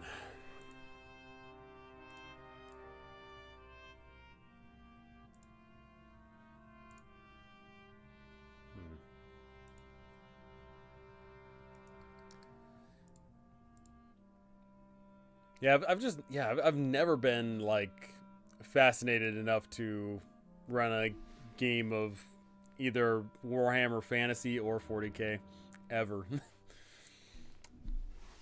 That being said, I played the bejesus out of Warhammer games left and right.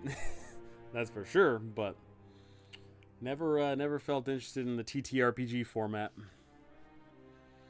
It's funny because I was a player in a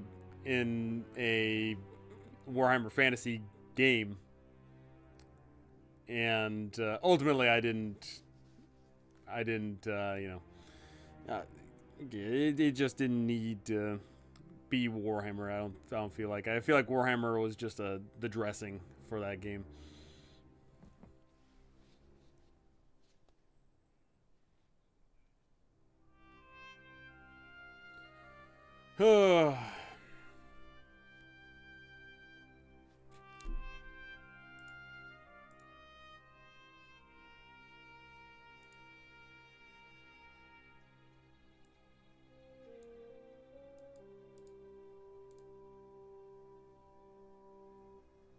What the heck?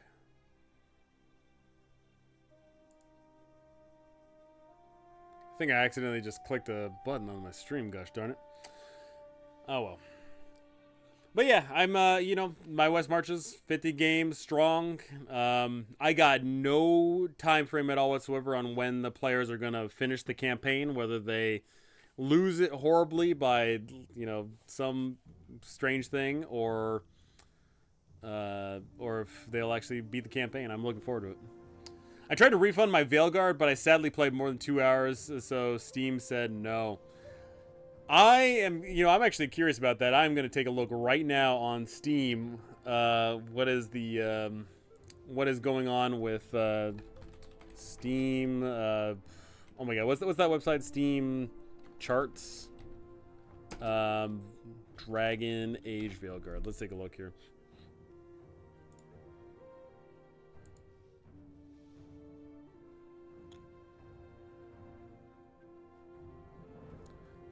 So we are as I try and pull up a different time frame here.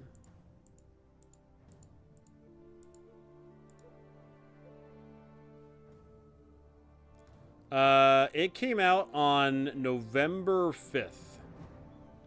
And it started off with 30,000 players, and it's now dwindled down to... Apparently today there was 16,000 players. Wow.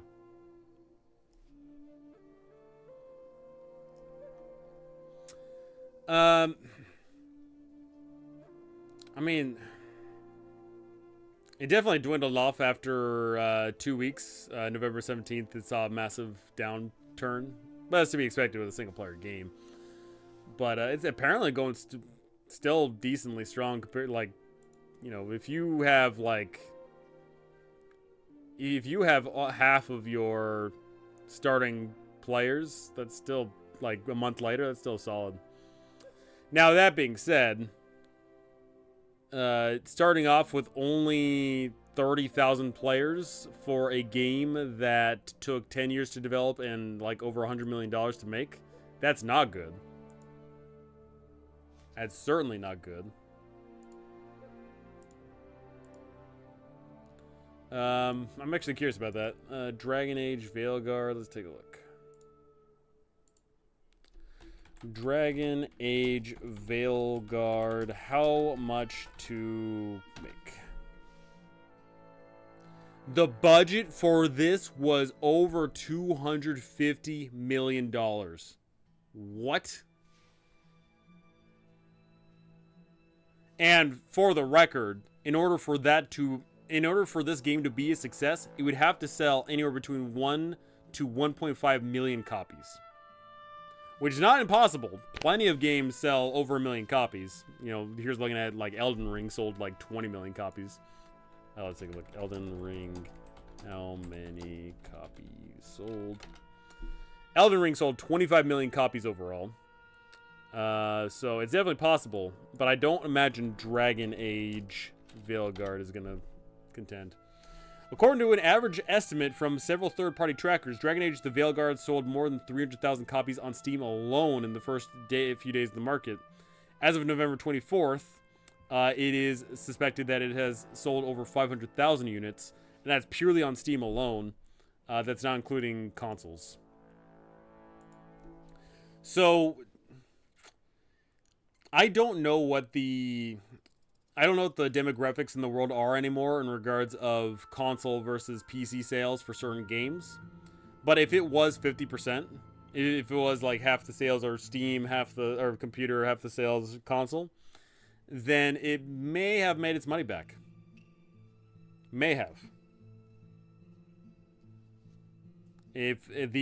However, if PC gamers are in the majority of sales for Dragon Age, then it would not have made its money back.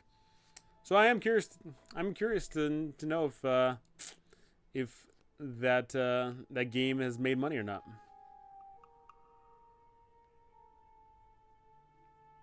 Who knows? Who knows?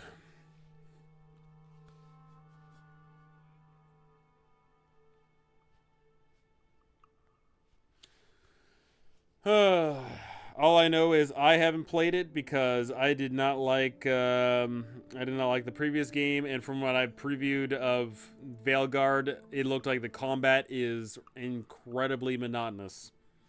It looks like the combat is you're doing the same thing over and over and over again, just a numbers go up kind of game.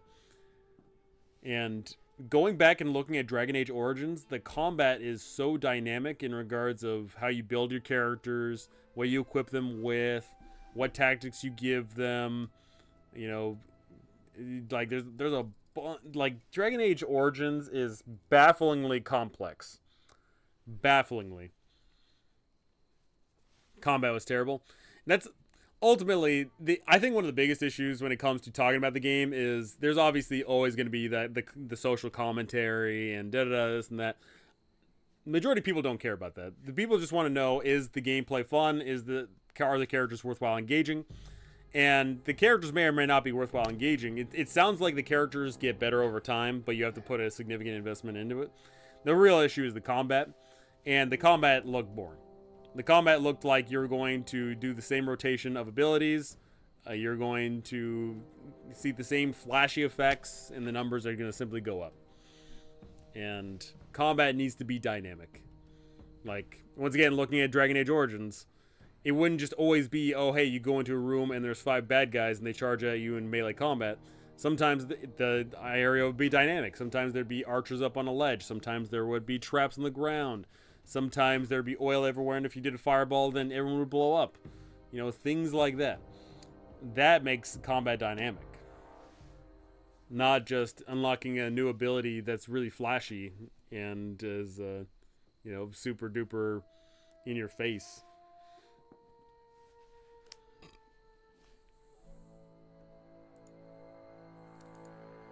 Oh, man.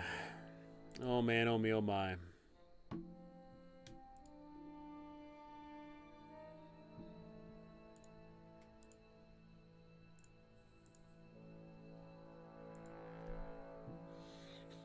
What has BioWare been up to?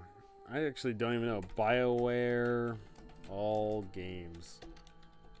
Besides this, I know they're working on another Mass Effect. Let's take a look here. Oh, that's right. They put out the frickin' incredibly terrible, what do you call that thing? They put out Anthem.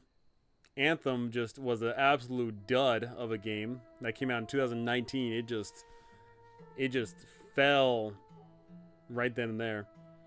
So since Anthem, the only thing they've done is the Mass Effect Legendary Edition. That's it. They just re-released some games that they made ages ago.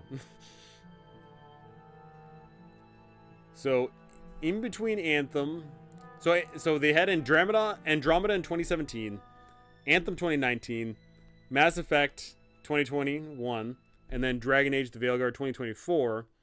And then the only thing that they've got cooked up in the works right now is a new Mass Effect, which is totally unannounced, unknown.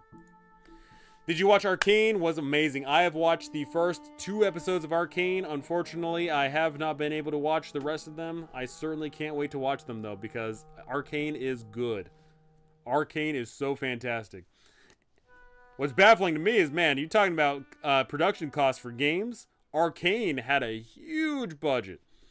Arcane Season 2, how much money? Arcane Executives music producer has explained why Season 2 pushed the budget to $250 million.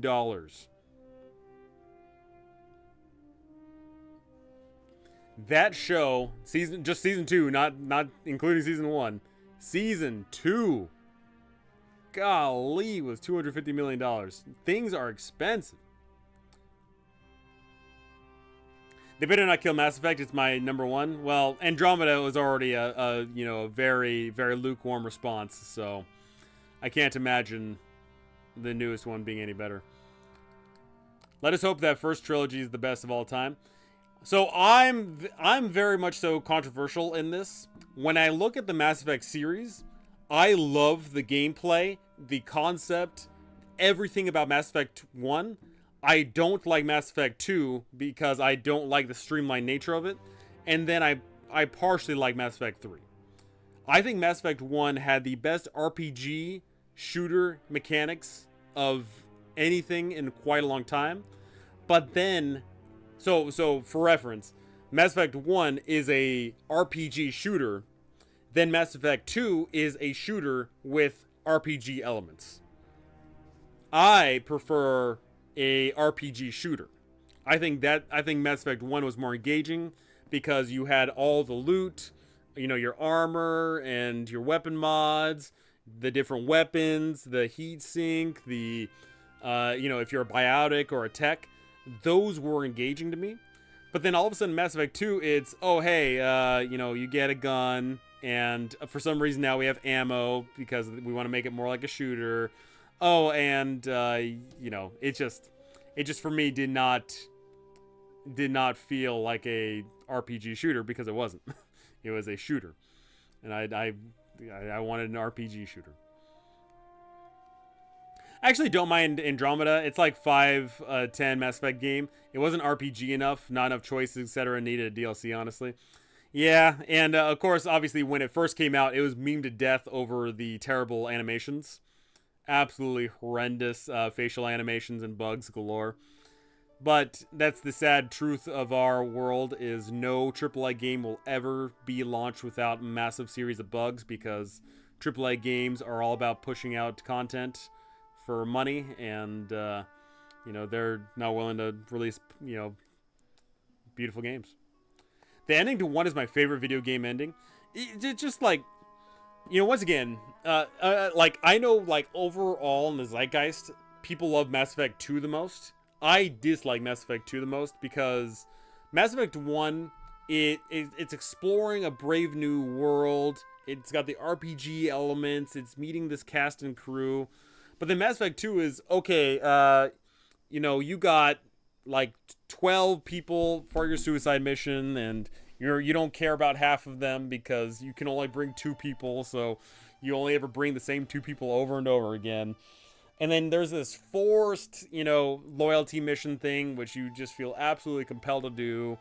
And, it's just like, there was a bunch of those elements I just didn't like as much. But, man, Mass Effect 1 just feels so organic and so good and so natural. And the ending to Mass Effect 1 is awesome. Like, you being like, oh, the Reapers, they're coming. And just, like, turning around and walking away from the council.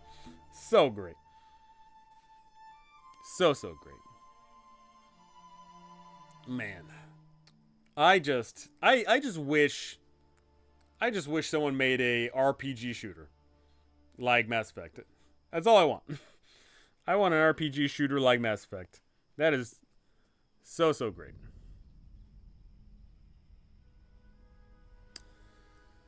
Oh, unfortunate. It's sad because, like, I know dang well that BioWare is sitting there saying, like, oh, hey, we need to make the game as generic as possible to sell it to more people. Like, in just, unfortunately, RPG shooter is a niche. RPG sci-fi shooter in particular.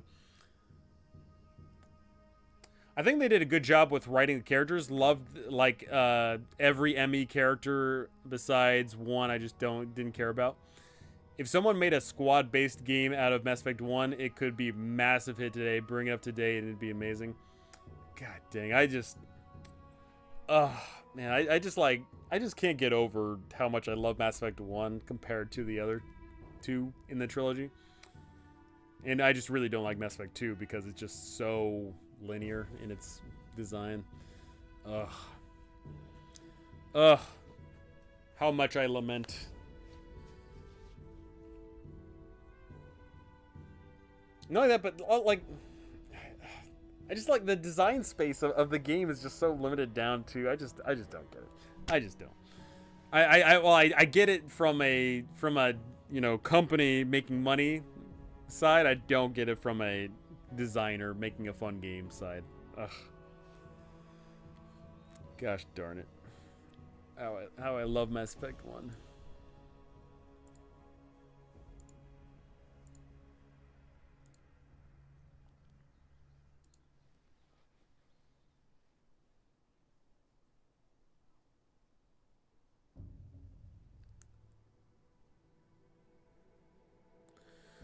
Oh, what a world we live in. What a world we live in. I'm out. Have a good night. Yeah, I'm fixing to head out too, so I'll be heading out in like 5 minutes here. So if anyone has any further questions, comments, concerns, gripes, moans, or complaints, let me hear them. General observations. I want to see them. I want to know them. But otherwise, I got to get ready because I am driving people around. I'm a chauffeur tonight. Not exactly how I wanted to spend my Friday night, but it is what it is. I liked Mass Effect 1 more grounded space theme. They removed the air hoses from the helmets in 2 and 3. Where's the air come from? not just, not just that, but also just like, god dang it, just like Mass Effect 2 is just every time I like played through them, and mind you, I've played through the trilogy multiple times. I think I've probably played through I played probably through the whole trilogy at least 4 times. I played Mass Effect 1 the most, and then 2, and then 3 the least. But overall, I played through the trilogy quite a lot, and just going from 1 to 2 is just such a culture shock of, you know, oh, hey, you know, when it comes to approaching this dungeon, or the you know, this quest or whatever, you know you're going down this tight little corridor, you know there's an enemy right there. Ugh, just once again, I just loved the sandboxy feel of Mass Effect 1 so much. Great discussion. Thanks, No Fun. No problem, no problem. Yeah, I felt it necessary to talk about the highs and lows of my West Marches way down in A Little Hope there, because ultimately I need to do better in regards of making a you know, there's some things I recognize as not being the greatest, so it's good to sit there and say, hey, you know, like, these are the things I like and these things I don't like, or certain aspects both in-game mechanics wise I like and don't like, and some things outside wise I don't like. But you know, there's some things I can't really see until they're in action, like, you know, for example, being the damage die and the weapon proficiency. Like, I don't like how limiting it is. I feel like maybe the whole retainer thing is a bit too much. Things like that. Playing through 3 recently with mods, it's going good. Loving the Little Hope campaign. Feel free to test out some changes on us. I don't think most of us would mind. Might have to. I don't want to rock the boat too heavily. I don't want to change things drastically. But there are some things I definitely want to change for sure. But we'll see. We'll see. We'll see. Ultimately, you know, like, one thing that's been really great about this is really helping form me as I'm writing my own tabletop role-playing game system, which I might show you a little bit here. I might show you a little bit. It's definitely got quite a lot written down for it so far.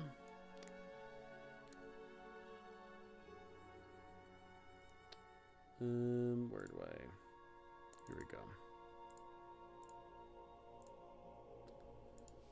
Yeah, so in this document I have here on my make-believe system here, it's 52,000 words written so far. Quite a lot.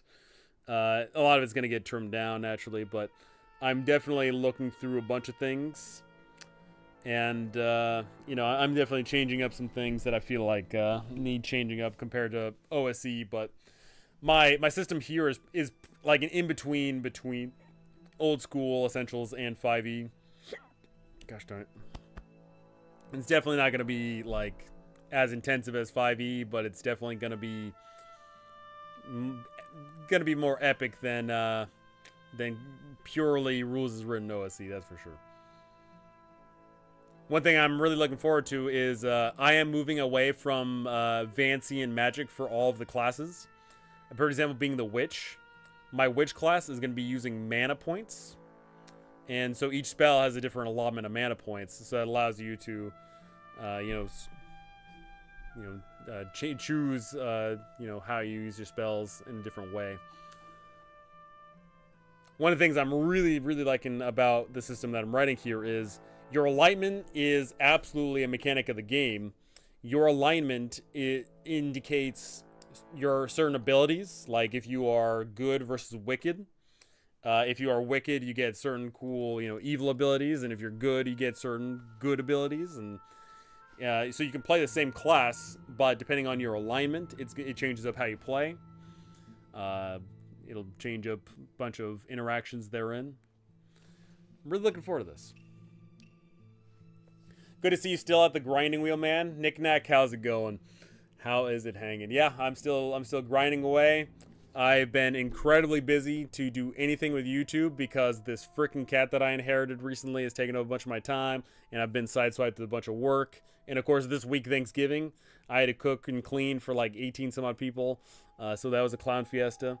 But hopefully I'll be pumping out some videos soon here. I just need to actually sit down and do them.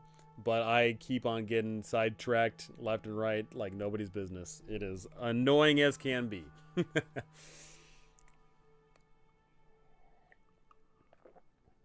Ah.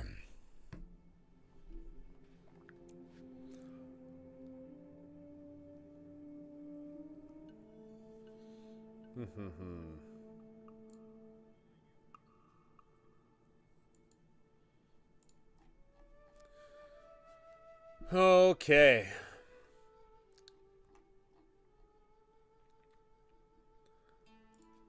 Alrighty, well, I am, any last minute questions, concerns, gripes, moans, complaints, or anything of that nature. Otherwise, I've got to go because I got to get ready to do my chauffeur duties of driving some drunk people around in a minute.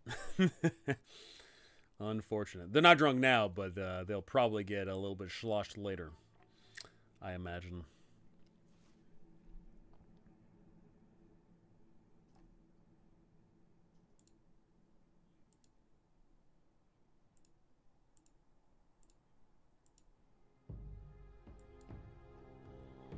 God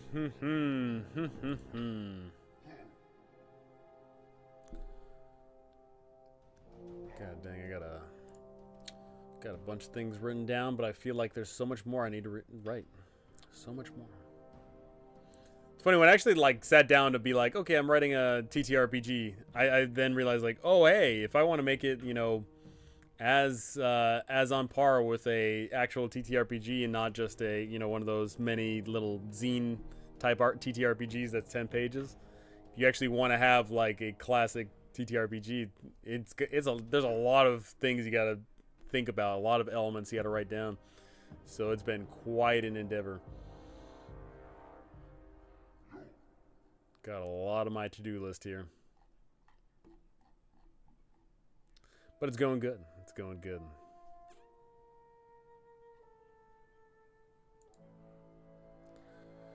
Alrighty, well, that is going to do it for me. Thank you so much for watching. Thank you for listening. Thank you for liking, commenting, subscribing, for hanging out. Thank you for the donation. Thank you for all of that amazing stuff. I'm going to be keeping on. Going to be hitting that grinding wheel. Going to be pumping out more content. Going to be trying to make this YouTube something special because, let me tell you, YouTube is real hard work. A lot of these successful people make it look easy.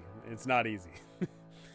But that's going to do it for me, and I cannot wait to see you all next time. See ya!